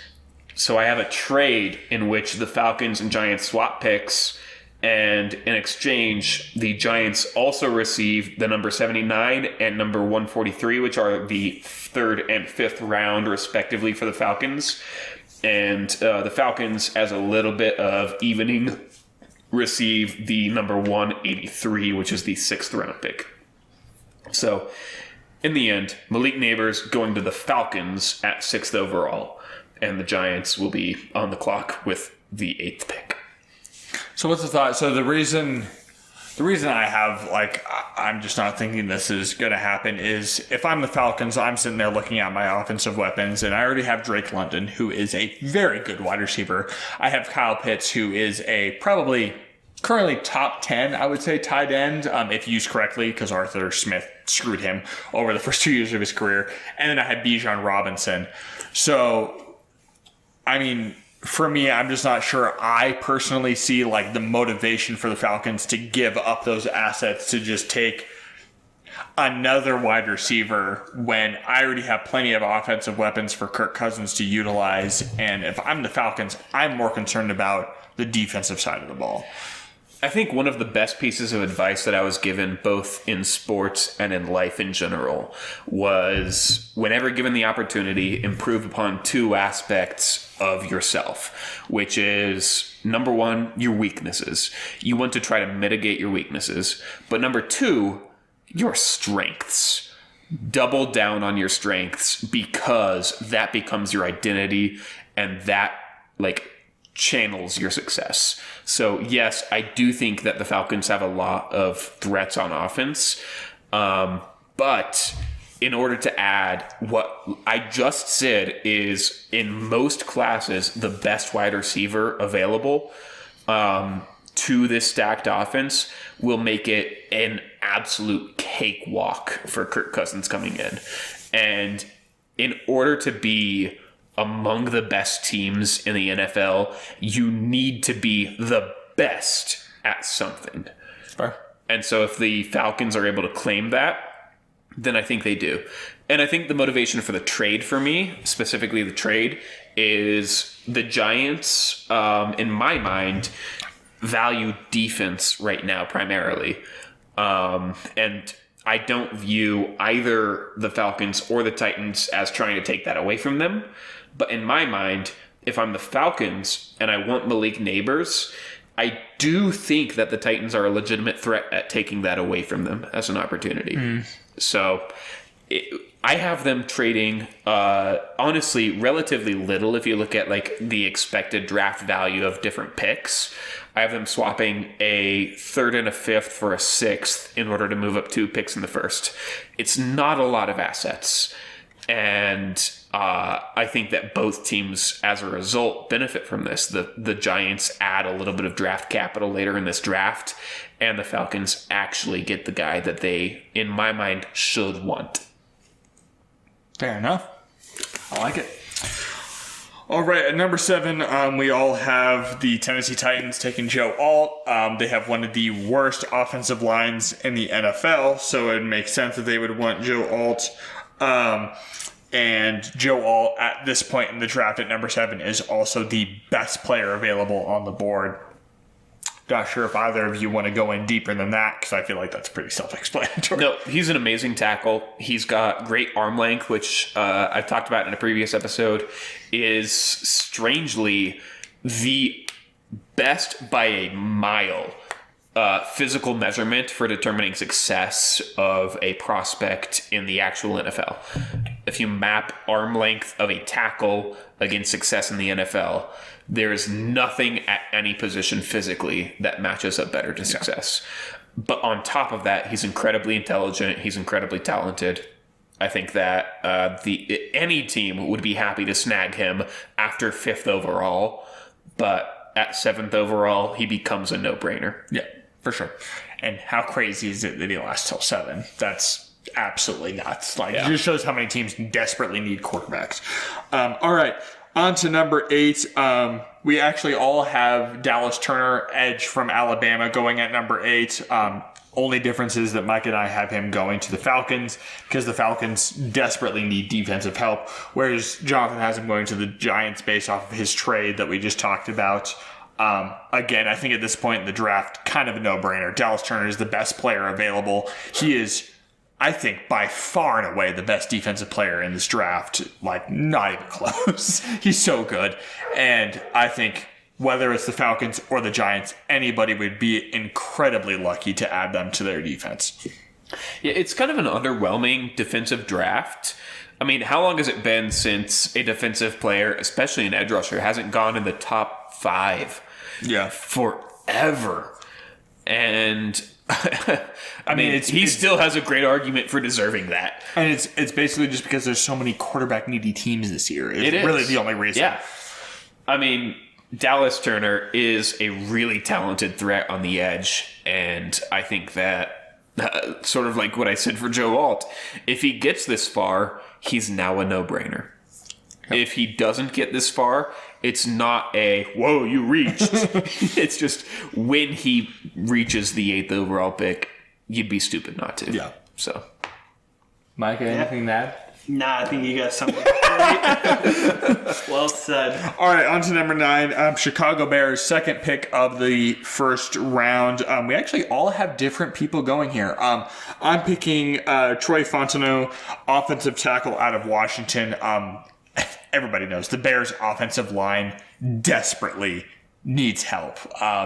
Especially, I think, if you're taking Caleb Williams, you might as well set him up for success as best as you can. And while in this situation, I'll spoil it, Jonathan has Romeo Dunze. Yeah, Romeo Dunze, and Micah has Malik Neighbors. I just think at this point, with all of the offensive weapons that the Bears have, help out your offensive line, help protect Caleb Williams, help make sure that what happened to Joe Burrow in his rookie season doesn't happen to him. And so I have them taking the second best offensive tackle off the board in Troy. Yeah, I mean, I don't disagree with that at all. Me and Jonathan essentially just switched which wide receivers are going to what teams. Yeah. And I mean, like you said, Malik Neighbors, I think will fall that far. And if he does, I mean, I think he's an incredible talent that can help any team. So, yeah, I think Malik Neighbors will go at 9, but to the Bears. But I don't know. You mentioned the Bengals in your explanation for why you would go for a tackle. And I mentioned the Bengals in my evidence that teams favor wide receivers. I mean, you remember the draft that Chase Young went to the Bengals in order to support Joe Burrow. And a lot of people said they should have taken Penei Sewell. And okay, but Penei Sewell over Jamar Chase? Jamar Chase. Yeah, you take Jamar Chase. In hindsight, yes. Penei Sewell over T. Higgins. You take Penei Sewell. Yeah, I agree. The Bears already have a wide receiver one. They already have a wide receiver 2. And now that they have Keenan Allen, they have plenty of offensive weapons. Long term, yes, you'll need to replace Keenan Allen soon. You have Brown, obviously, as your wide receiver 1 for quite a while because he's pretty young. Darnell Mooney is mediocre. He's a decent wide receiver 3. So at some point, you'll need to replace Keenan Allen as your wide receiver 2. But for his rookie year, especially if I'm the Bears, I don't think I'm going into the season thinking playoffs. I'm thinking develop Caleb Williams, develop the team, make sure Caleb doesn't get hurt. And also the other thing I'm thinking, it takes far longer to develop offensive linemen than it does wide receivers. There are far more wide receivers who come in year 1 and can make an impact than there are linemen. And so I would want to jump on that trend of getting a lineman in the building as soon as possible to start working him towards being a starter or being a high-end Pro Bowl first-team caliber player than a wide receiver. See, that exact argument is why I take my lineman before I take my quarterback. And, genuinely, The Bears don't have that option, so. I disagree. I think they have done that. You look at the last couple of years, they have done multiple linemen in the first or second round. I think that two of their starting linemen were come from the first or second round in the last 2 years. Another one, their other offensive tackle, other than their first round pick a couple of years back, is a 5th round pick who absolutely broke out. They've got a lot of young talent on the line, and they've got a lot of upside there. And again, when I look at the difference between the Bengals and the Bears this year, is the Bears have a much better foundation at the line. And like you said, wide receivers come into the league a little bit more prepared, they advance a little faster. And if you're trying to, first of all, evaluate your young quarterback properly, and second of all, give him as much opportunity for success as possible, you look much more at their wide receiver 1 than you do at their offensive lineman 3. So I think that the right choice for them, and the choice that they will make, is wide receiver Romeo Dunze here. But yeah, time will tell. We'll see. Yeah, for sure. Micah, anything? I'll keep asking out of politeness, but I talked about this one before Jonathan. yeah, You did. All right, for the last pick in the draft, Jonathan changed it up on me, so my slide's wrong. But Micah has the New York Jets taking Olamiamwa Fashuna, offensive tackle out of Penn State, which the Jets need offensive line help. So I like it. Makes I like sense. it a lot. Thanks, guys. Yeah. I have the Jets taking Brock Bowers, tight end, out of Georgia because the Jets are incompetent. I like it. And Jonathan, who are you taking? Sorry for butchering your name. Leatua Latutu. Latutu. That's not it. Latu. Yeah. Latu. Yeah, I like that one. Latu. What position? Edge rusher. Yeah. I think he is the second best edge rusher in the class by a decent margin. And that is normally a position that is very heavily valued overall. But second of all, the Jets are sort of already, like I mentioned earlier, improve on your strengths.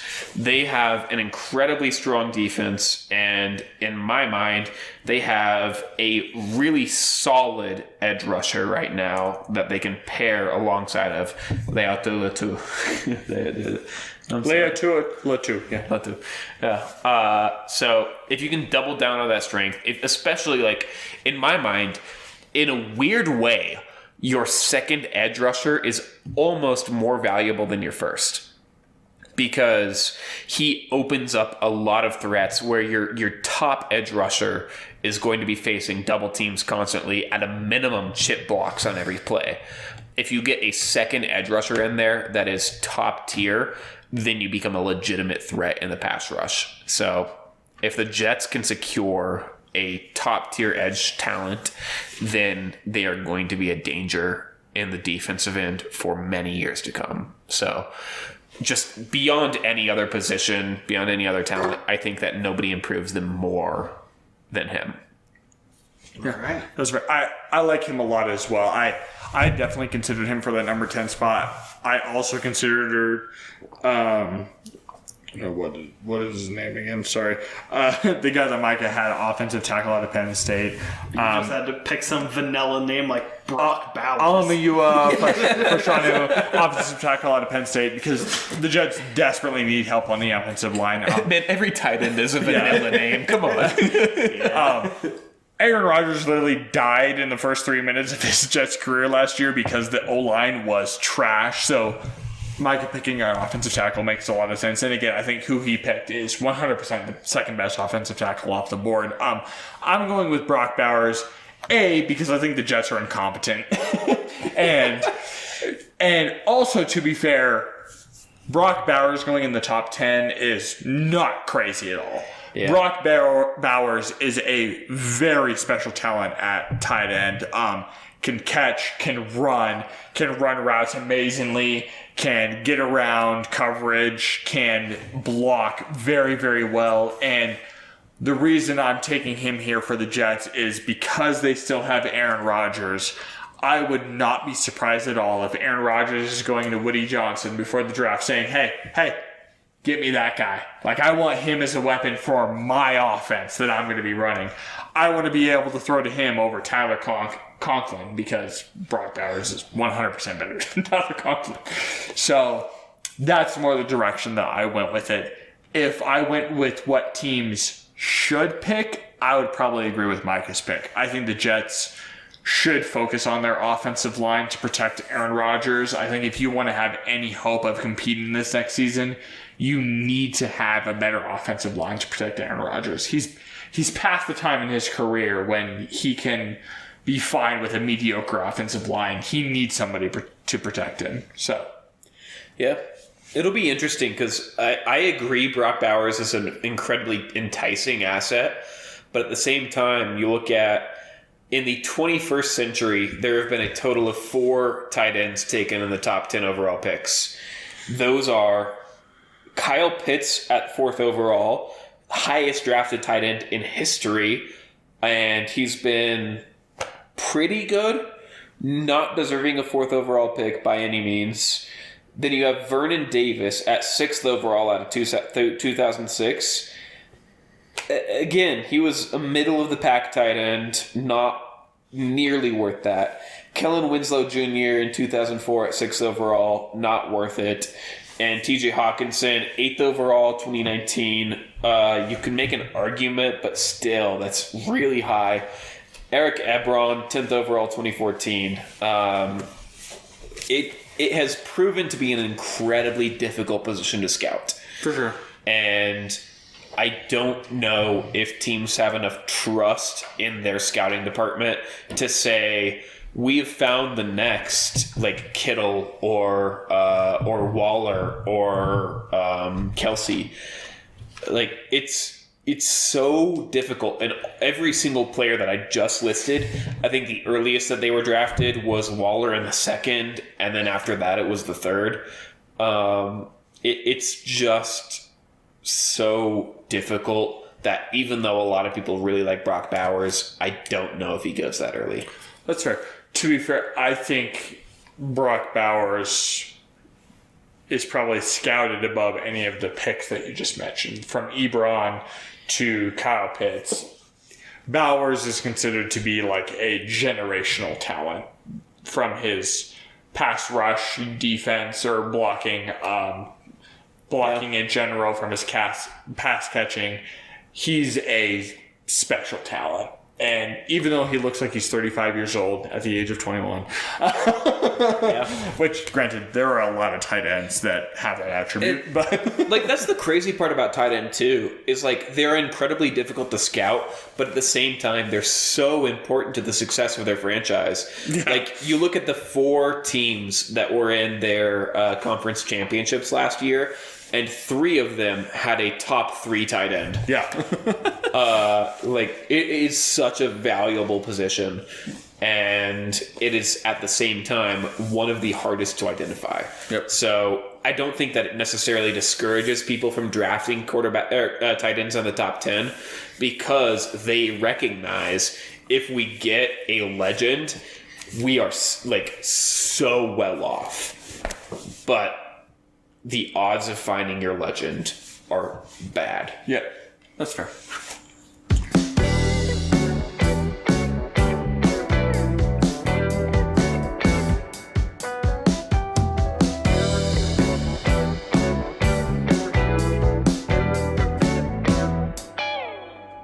All right, well, this podcast's gotten a lot longer than I think any of us expected. Yeah. But we will cap things off with trivia.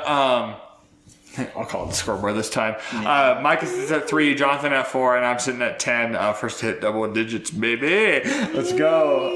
But Mike is running it this week. I personally am very excited to see what Mike has cooked up for us. So, Micah, take it away. All right. This episode of Trivia is titled Tackling basketball. What do trivia. these players have in common? God. Yep. Also, sometimes it is teams, at least once. I think maybe twice. It is twice. Sometimes it's what do these teams have in common? I am looking. I don't know. We'll figure it out.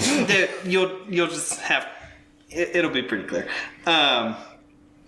There's a theme or something about all of the players or teams that you have to. What's the common factor or what is the trend between them? All of them are StatMuse logos. If you do not recognize the StatMuse logo, I will let that be an advantage to the other person if they know. I won't call out all the names. If you're stuck, I'll give the names, or if both of you don't know what it is, I'm happy to give a name. Question. Yes. NFL, NBA, or both? Yes. Okay. It's both NFL and NBA and both. It is. I'm not lying. Compares the Dolphins to the Blazers. What does Tua and fucking Plumlee have in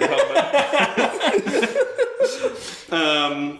I will say buzz in. I feel like these are going to be tough enough that it's not like you're going to be racing for it, but Okay. I still want you to buzz. Okay. Question. Yes. If we find a commonality that is true but is not the one you're looking for, what I will happens? not accept it. Okay. I'm looking for a very specific thing, mostly just because there could be many things and I don't want to do all the research while we're recording That's to fair. figure out They're if both players that Micah knows.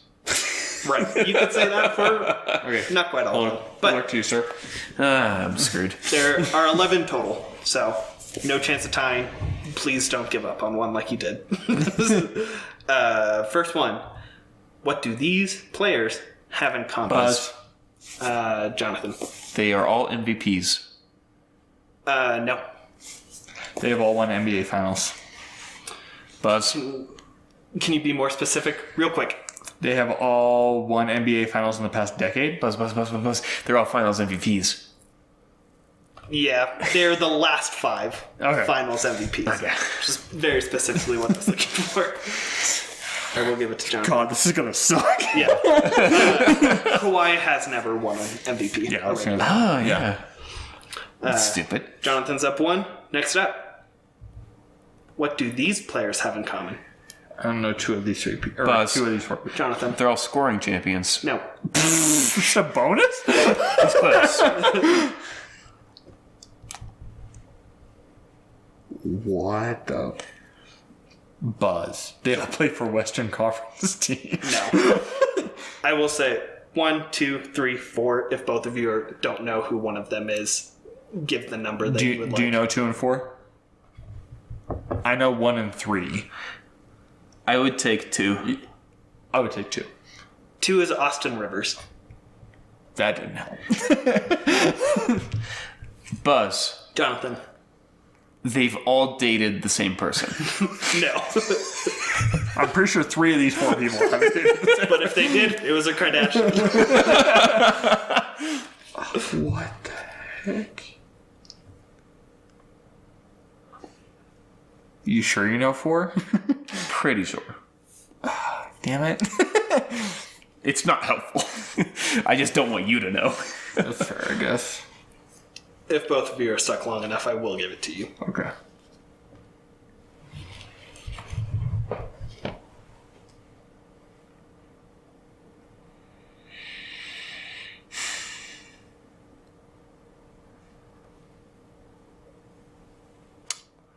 Or are you considering Austin Rivers to be with a specific team in this instance? Nope. Okay. Just curious.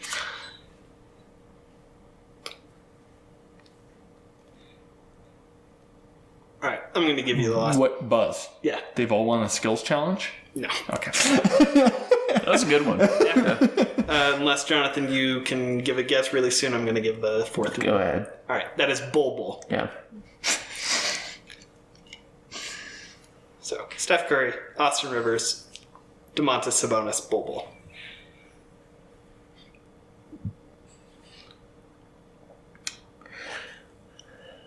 They've Buzz, they've all led the league in 3-point percentage. No. Buzz. All drafted in the second round? Nope. Certainly not. What do you mean? Steph Curry was Bol 13th. was the number 1 pick. No, he wasn't. But Steph was like, he was certainly first round. I don't remember where. I think he was 13th. Yeah. Was that okay? I was gonna say he wasn't like super high or anything. No.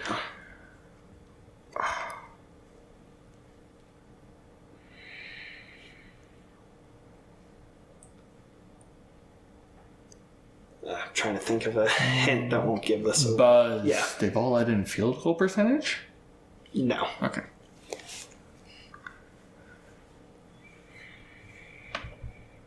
As a hint, Oh, Buzz. yes. They've all played with Katie. No. Okay. As a hint, you could also throw Bubble has. Seth Curry into this group. That makes it more confusing.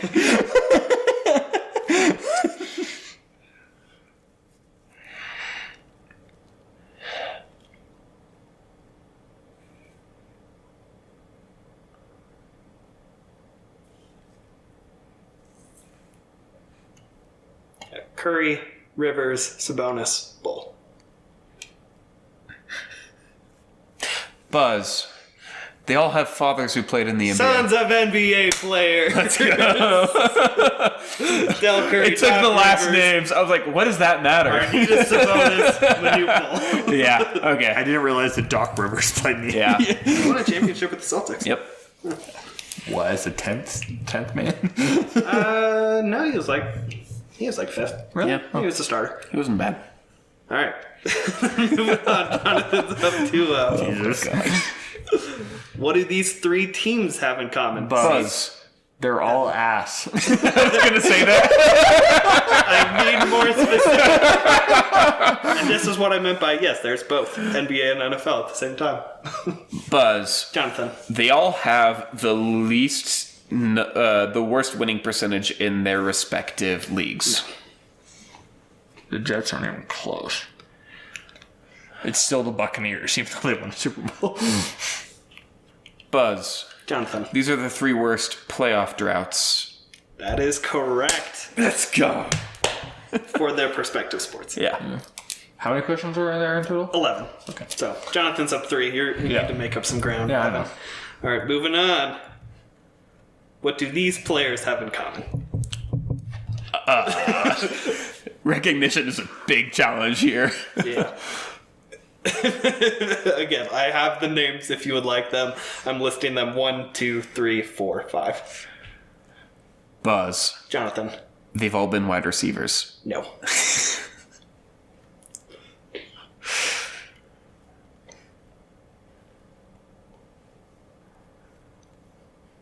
Buzz. Evan. Top 5 players to never win a Super Bowl. Yep, NFL greats who have never won a ring. That was Randy Moss, Dan Marino, and Barry Tony- Sanders, Yeah. Tony Gonzalez, Larry Fitzgerald. No.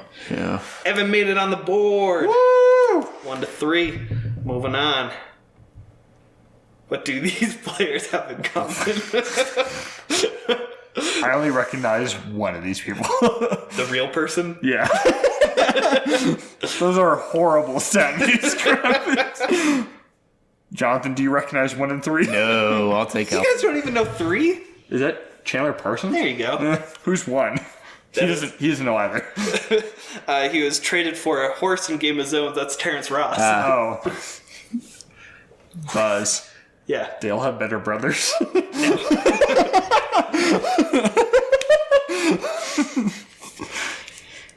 Buzz, they've all been traded for a horse. No.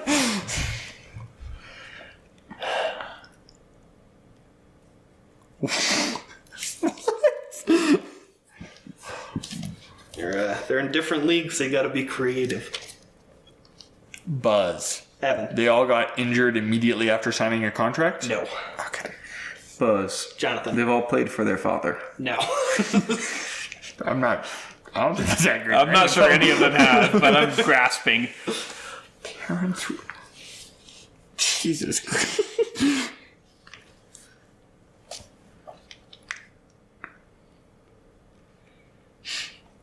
I'll take the horse. Evan. They've all played for a team that has had the worst record in their league? No.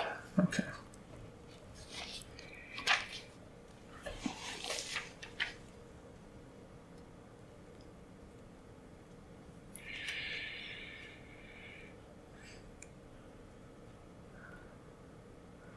Buzz. Evan. They've all played in Los Angeles? No.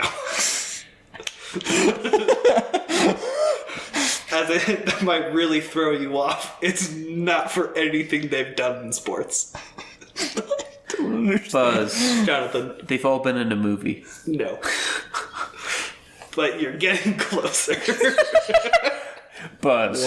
Jonathan. They've all been featured in music. Buzz. Evan. They've all been in Bleacher Report videos?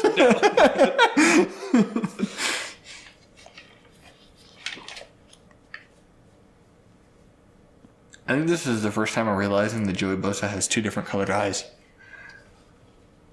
Oh, yeah. Buzz. Yeah. None of them will ever be in the Hall of Fame. Damn. Excuse me, Chandler Parsons.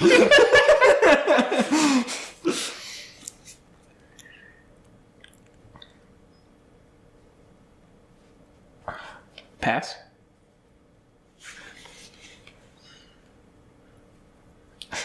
I'm down by 2. I can't pass. I guess I could. I can but give another hint. I'll take another hint.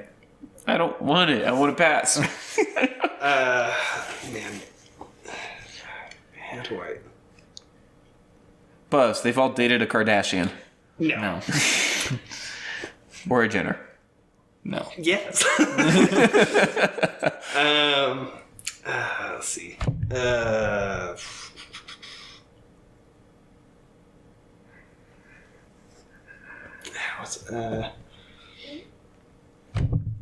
Okay, like this has purely nothing to do with sports. That doesn't help me. Another hint. I mean, if it has nothing to do with sports, what are you given? Buzz. They're all human beings. Now, I've already guessed my top 2. Buzz. They've all been on reality TV. no. But it has to do with TV. What? Buzz. They've all been arrested. You said no when I said been. I know. Are they presently something? I'll pass. I'll pass. All right, this is Terrence Ross, Joey Bosa, Oh, they're all racist. Chandler Parsons. Those are the names of the guys in Friends. Oh my god. Oh. I was trying to be like just focus on the names. I've never watched Friends. Yeah, so. but you still know who Ross, Joey, and Chandler are, don't you? Kinda. Yeah, but I was definitely not guessing just based on names. I was guessing based on who they are. Yeah, I tried to lead you there. Yeah, I get you. Moving on. That was the worst one. What do these teams have in common? Warriors. Buzz. Miami. Jonathan. They have all won championships. I need way more specific. Buzz. They've won championships in the past decade? No. More. Okay. Buzz. Jonathan. In the same season, they had different MVPs than finals MVPs. No. If that's still correct, I want a point. Because that is impressive. I would doubt it. I mean, no. No. Heat is my biggest question mark there, but Buzz. They all have at least 3 championships? Not what I'm looking for. Buzz. In the eyes of some, they have the 3 greatest rosters of all time. No.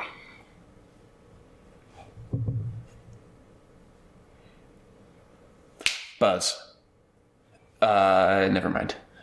I forgot about the Celtics. feel like the tough thing for me is that there is so much connecting the Heat and the Lakers, and then there's the Warriors. I feel like you're just screwing up so much of what I'm thinking of. Of the ones that I've said yes or just straight no and be more specific is about winning championships. Buzz.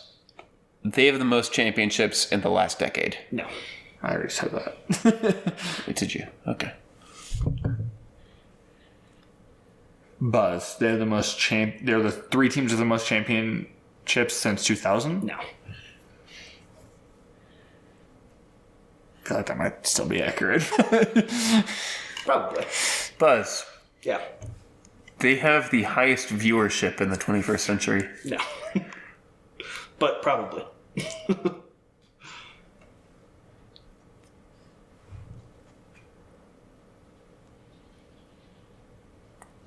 They are the last 3 teams to do something. Buzz. Evan. Last 3 teams to win back-to-back championships. There it is. Yeah. The disconnect was I forgot about early 2000s I did Lakers too. from Yeah. back-to-back.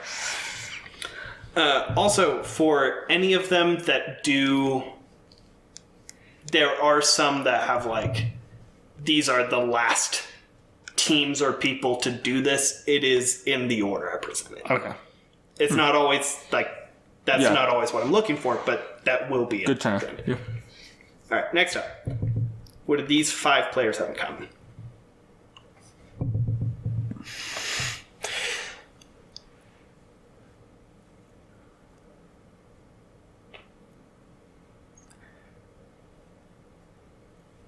Buzz. Last 5 touchdown pass leaders? No.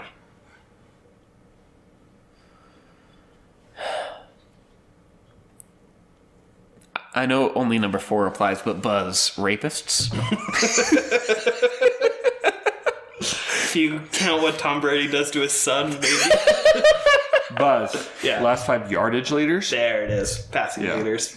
Last 5 years. All right. Tua got it. Yeah. Yeah. This year. Ooh, when you have Tyreek Hill and Jalen Waddle, makes it easy. Is that Jameis? Yep. Yeah. That was the same year he had 30 interceptions as well. Homeboy was airing it out. All right. Dude's a legend. Tied 3-3. Please do not tie.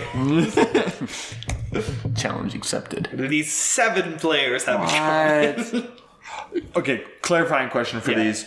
Are there, like, the jerseys that they're wearing based on, like, the team that you're thinking for these, or just this No. what stat means to me? Okay, That is what I've. just to make sure. And in this scenario, that actually does apply. Okay. And is a good clarifier.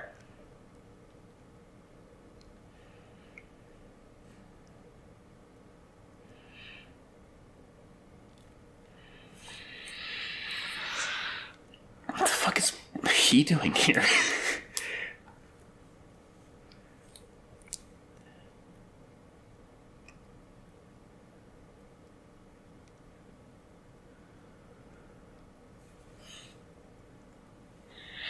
Buzz. Jonathan. The last 7 leaders in effective field goal percentage. No. Damian Lillard can never. Russell Westbrook can never.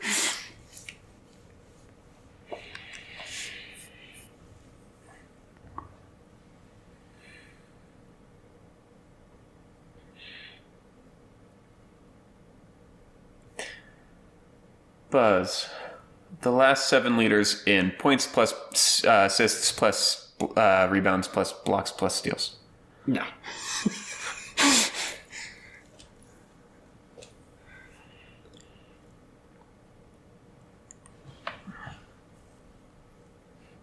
These are the only current players to have this thing in common. No way. What is he doing here? Which guy? That guy? Yeah.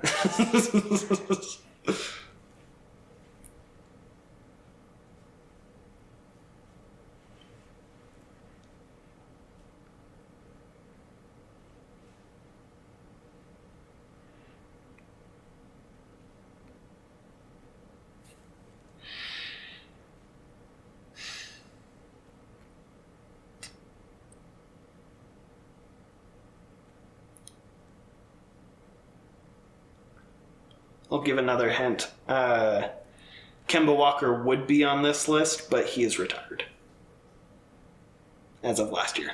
If he was still playing, I would have made him 8 people that are currently have this in common. Buzz. Yeah. 7 people that need to be freed.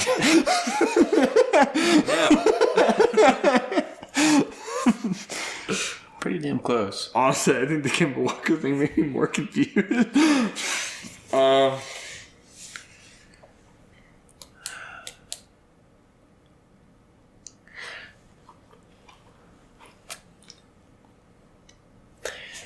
Buzz. Yeah. Have made an All-NBA first team while missing playoffs. No. I don't think DeRozan has ever made a first team. Evan, you asked a clarifying question about does the jersey they are wearing, is that indicative of this question? If it was, it would only apply to Giannis and Curry.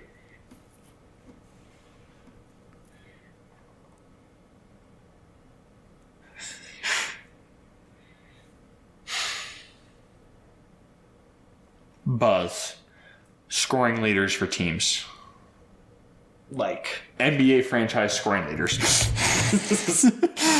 DeMar leads it for Toronto, Dame for Portland, Russ for OKC, Anthony Lopez? Davis for The Nets, the bro. Nets.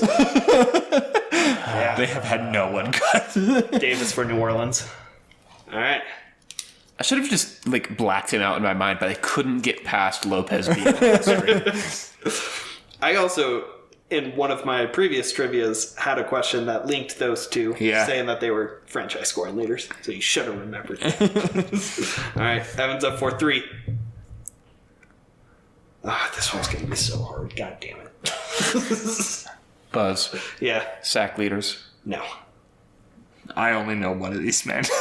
I'm just going to give all the I know. names. Don't. Okay. Don't give number 1. Don't give number 2. Well, I know number 2. Duh. I know. But don't give number 1 either. Okay. Can I give 3 through 5? Yeah. Jadeveon Clowney, Eric Fisher, Jake Long. Clowney's on the... Wow. Wow, really? What the hell unites those? Who is 4 again? Sorry, Jake Long? Eric Fisher. Eric Fisher, That sorry. guy's Jake Long. Okay. What?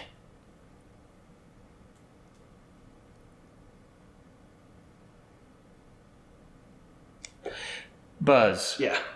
Players who aren't kickers by title but have made a field goal. No.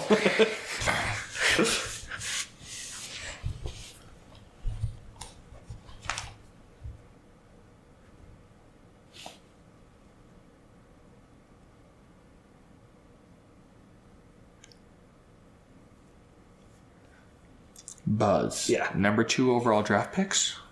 No, but you're on the right path.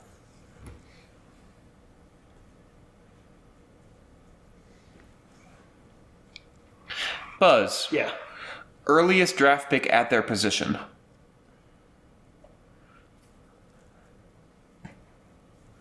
I think would technically be true, but not quite what I'm looking for. These are the last. kidding me? These are the last 5 to do something. In that order.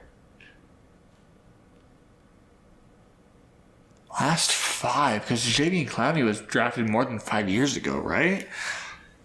So that throws a wrench. What I was going to say.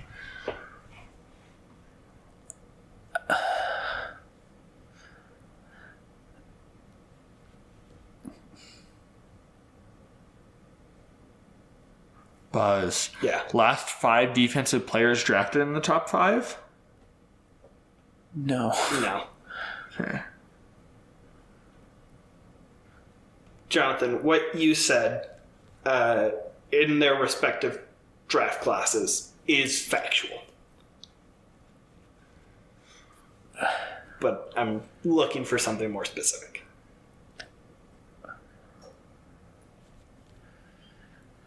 Buzz. Yeah. Last 5 top drafted edge rushers? No. No.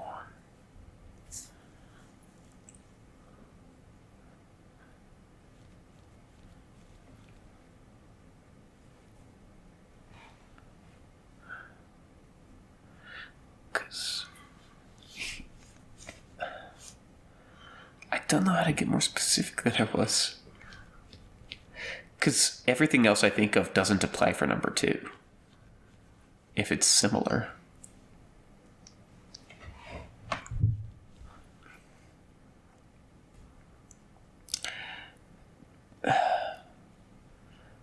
Rookies of the year? It doesn't seem likely for at least a few of them. Miles Garrett is the only one to win that. If you took a list of something and took out one group, this would be the remaining last 5. Highest drafted non-skill player. It's non-skill position. It's getting much closer. Highest drafted non-offensive player? No. I know why, and I'm glad he's on the wrong track, but I can't figure out what the right thing is. One of these guys is really throwing me off on this question.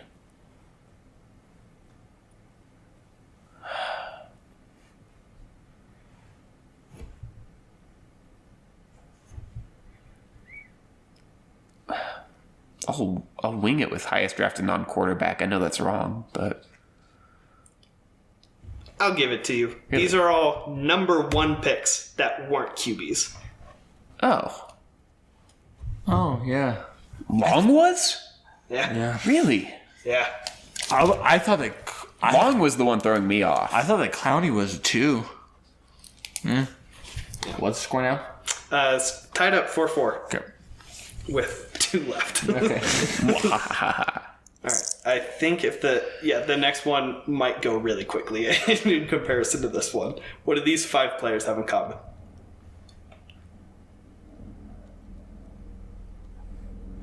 Buzz. Yeah. Greatest NBA players to never win a championship? Nope. Yeah, that guy's not good enough to get a stat. Yeah. Do you know the names of everyone? No. Who do you know? Numbers. I think I know 1. I think I know 4. Yeah. Barkley, Ewing. Yeah. Right? Okay. I would take 2, 3, 5. I would too. Muggsy Bogues, Sean Bradley, Larry Johnson. Buzz. Jonathan. Dunk contest winners? Nope. Oh, Bugs never dunked. Come on. Space Jam NBA players. You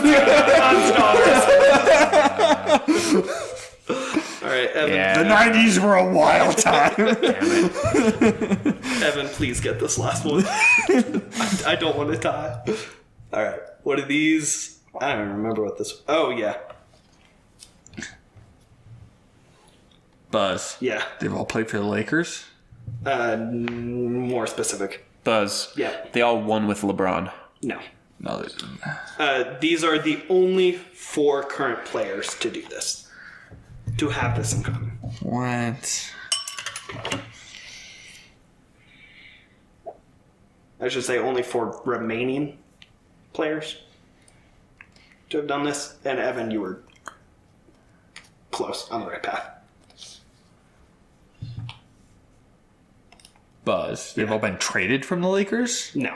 I mean, yes, but they are not the... So far, I'm 2 for 2, technically, just not the right thing. Well, they are not the last 4 people remaining to be I traded. know. I'm just...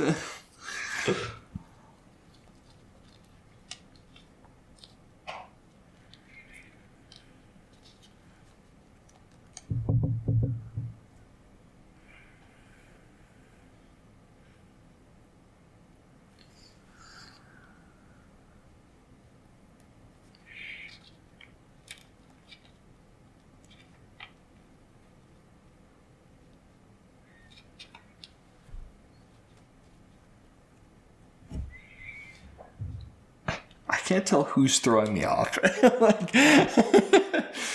Would you take a hint?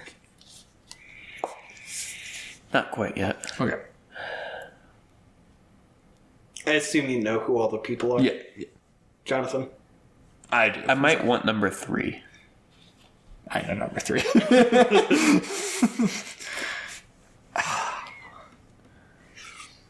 Larry Nance Jr. Thank you.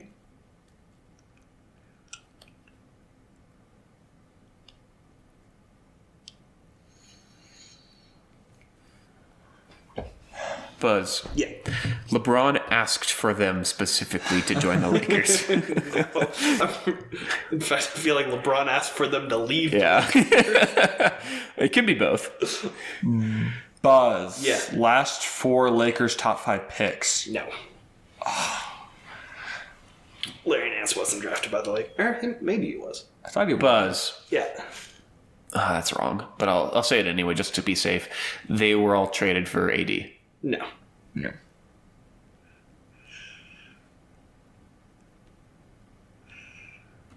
I'll take a hint whenever Jonathan wants one, because I got nothing. I guess, sure. I'm confirming this. I'm pretty sure. Yeah. Okay. Yeah, I know that, but tell me. Yeah, there we go. If he was still in the league, Swaggy P would also be in this list. I'm not sure that helps.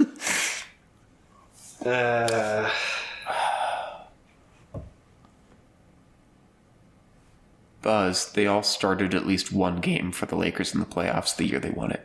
No. Sweaty pea.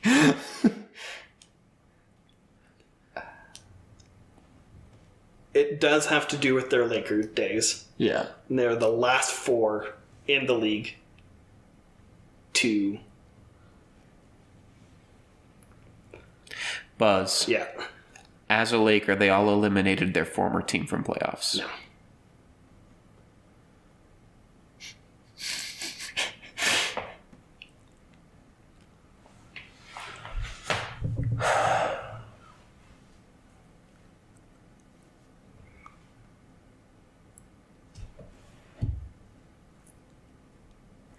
Buzz, they all got their first ring with the Lakers. No. I don't think any of them have a ring. Buzz. Maybe Randall. Russell didn't? Buzz. No. Oh. They all played in the last season with Kobe. They're the remaining Kobe teammates. And that puts them at 6. Woo, baby! This might be the first week in a while that I failed to do my part. Man, poor Kobe. Yeah. He had it rough to finish. Wow. All right, well, thanks for running that, Micah. That was fun. If not confusing. Wanted to make you think. All right, well, thanks for tuning in, everybody. We all appreciate you. Jonathan, take us out with a spicy sports take. Yeah, the Nuggets are winning 4 in a row. All right, Micah, take us out with a spicy sports. No, Is that not spicy enough? Went 2 in a row. All right, good night. Yeah. Peace out.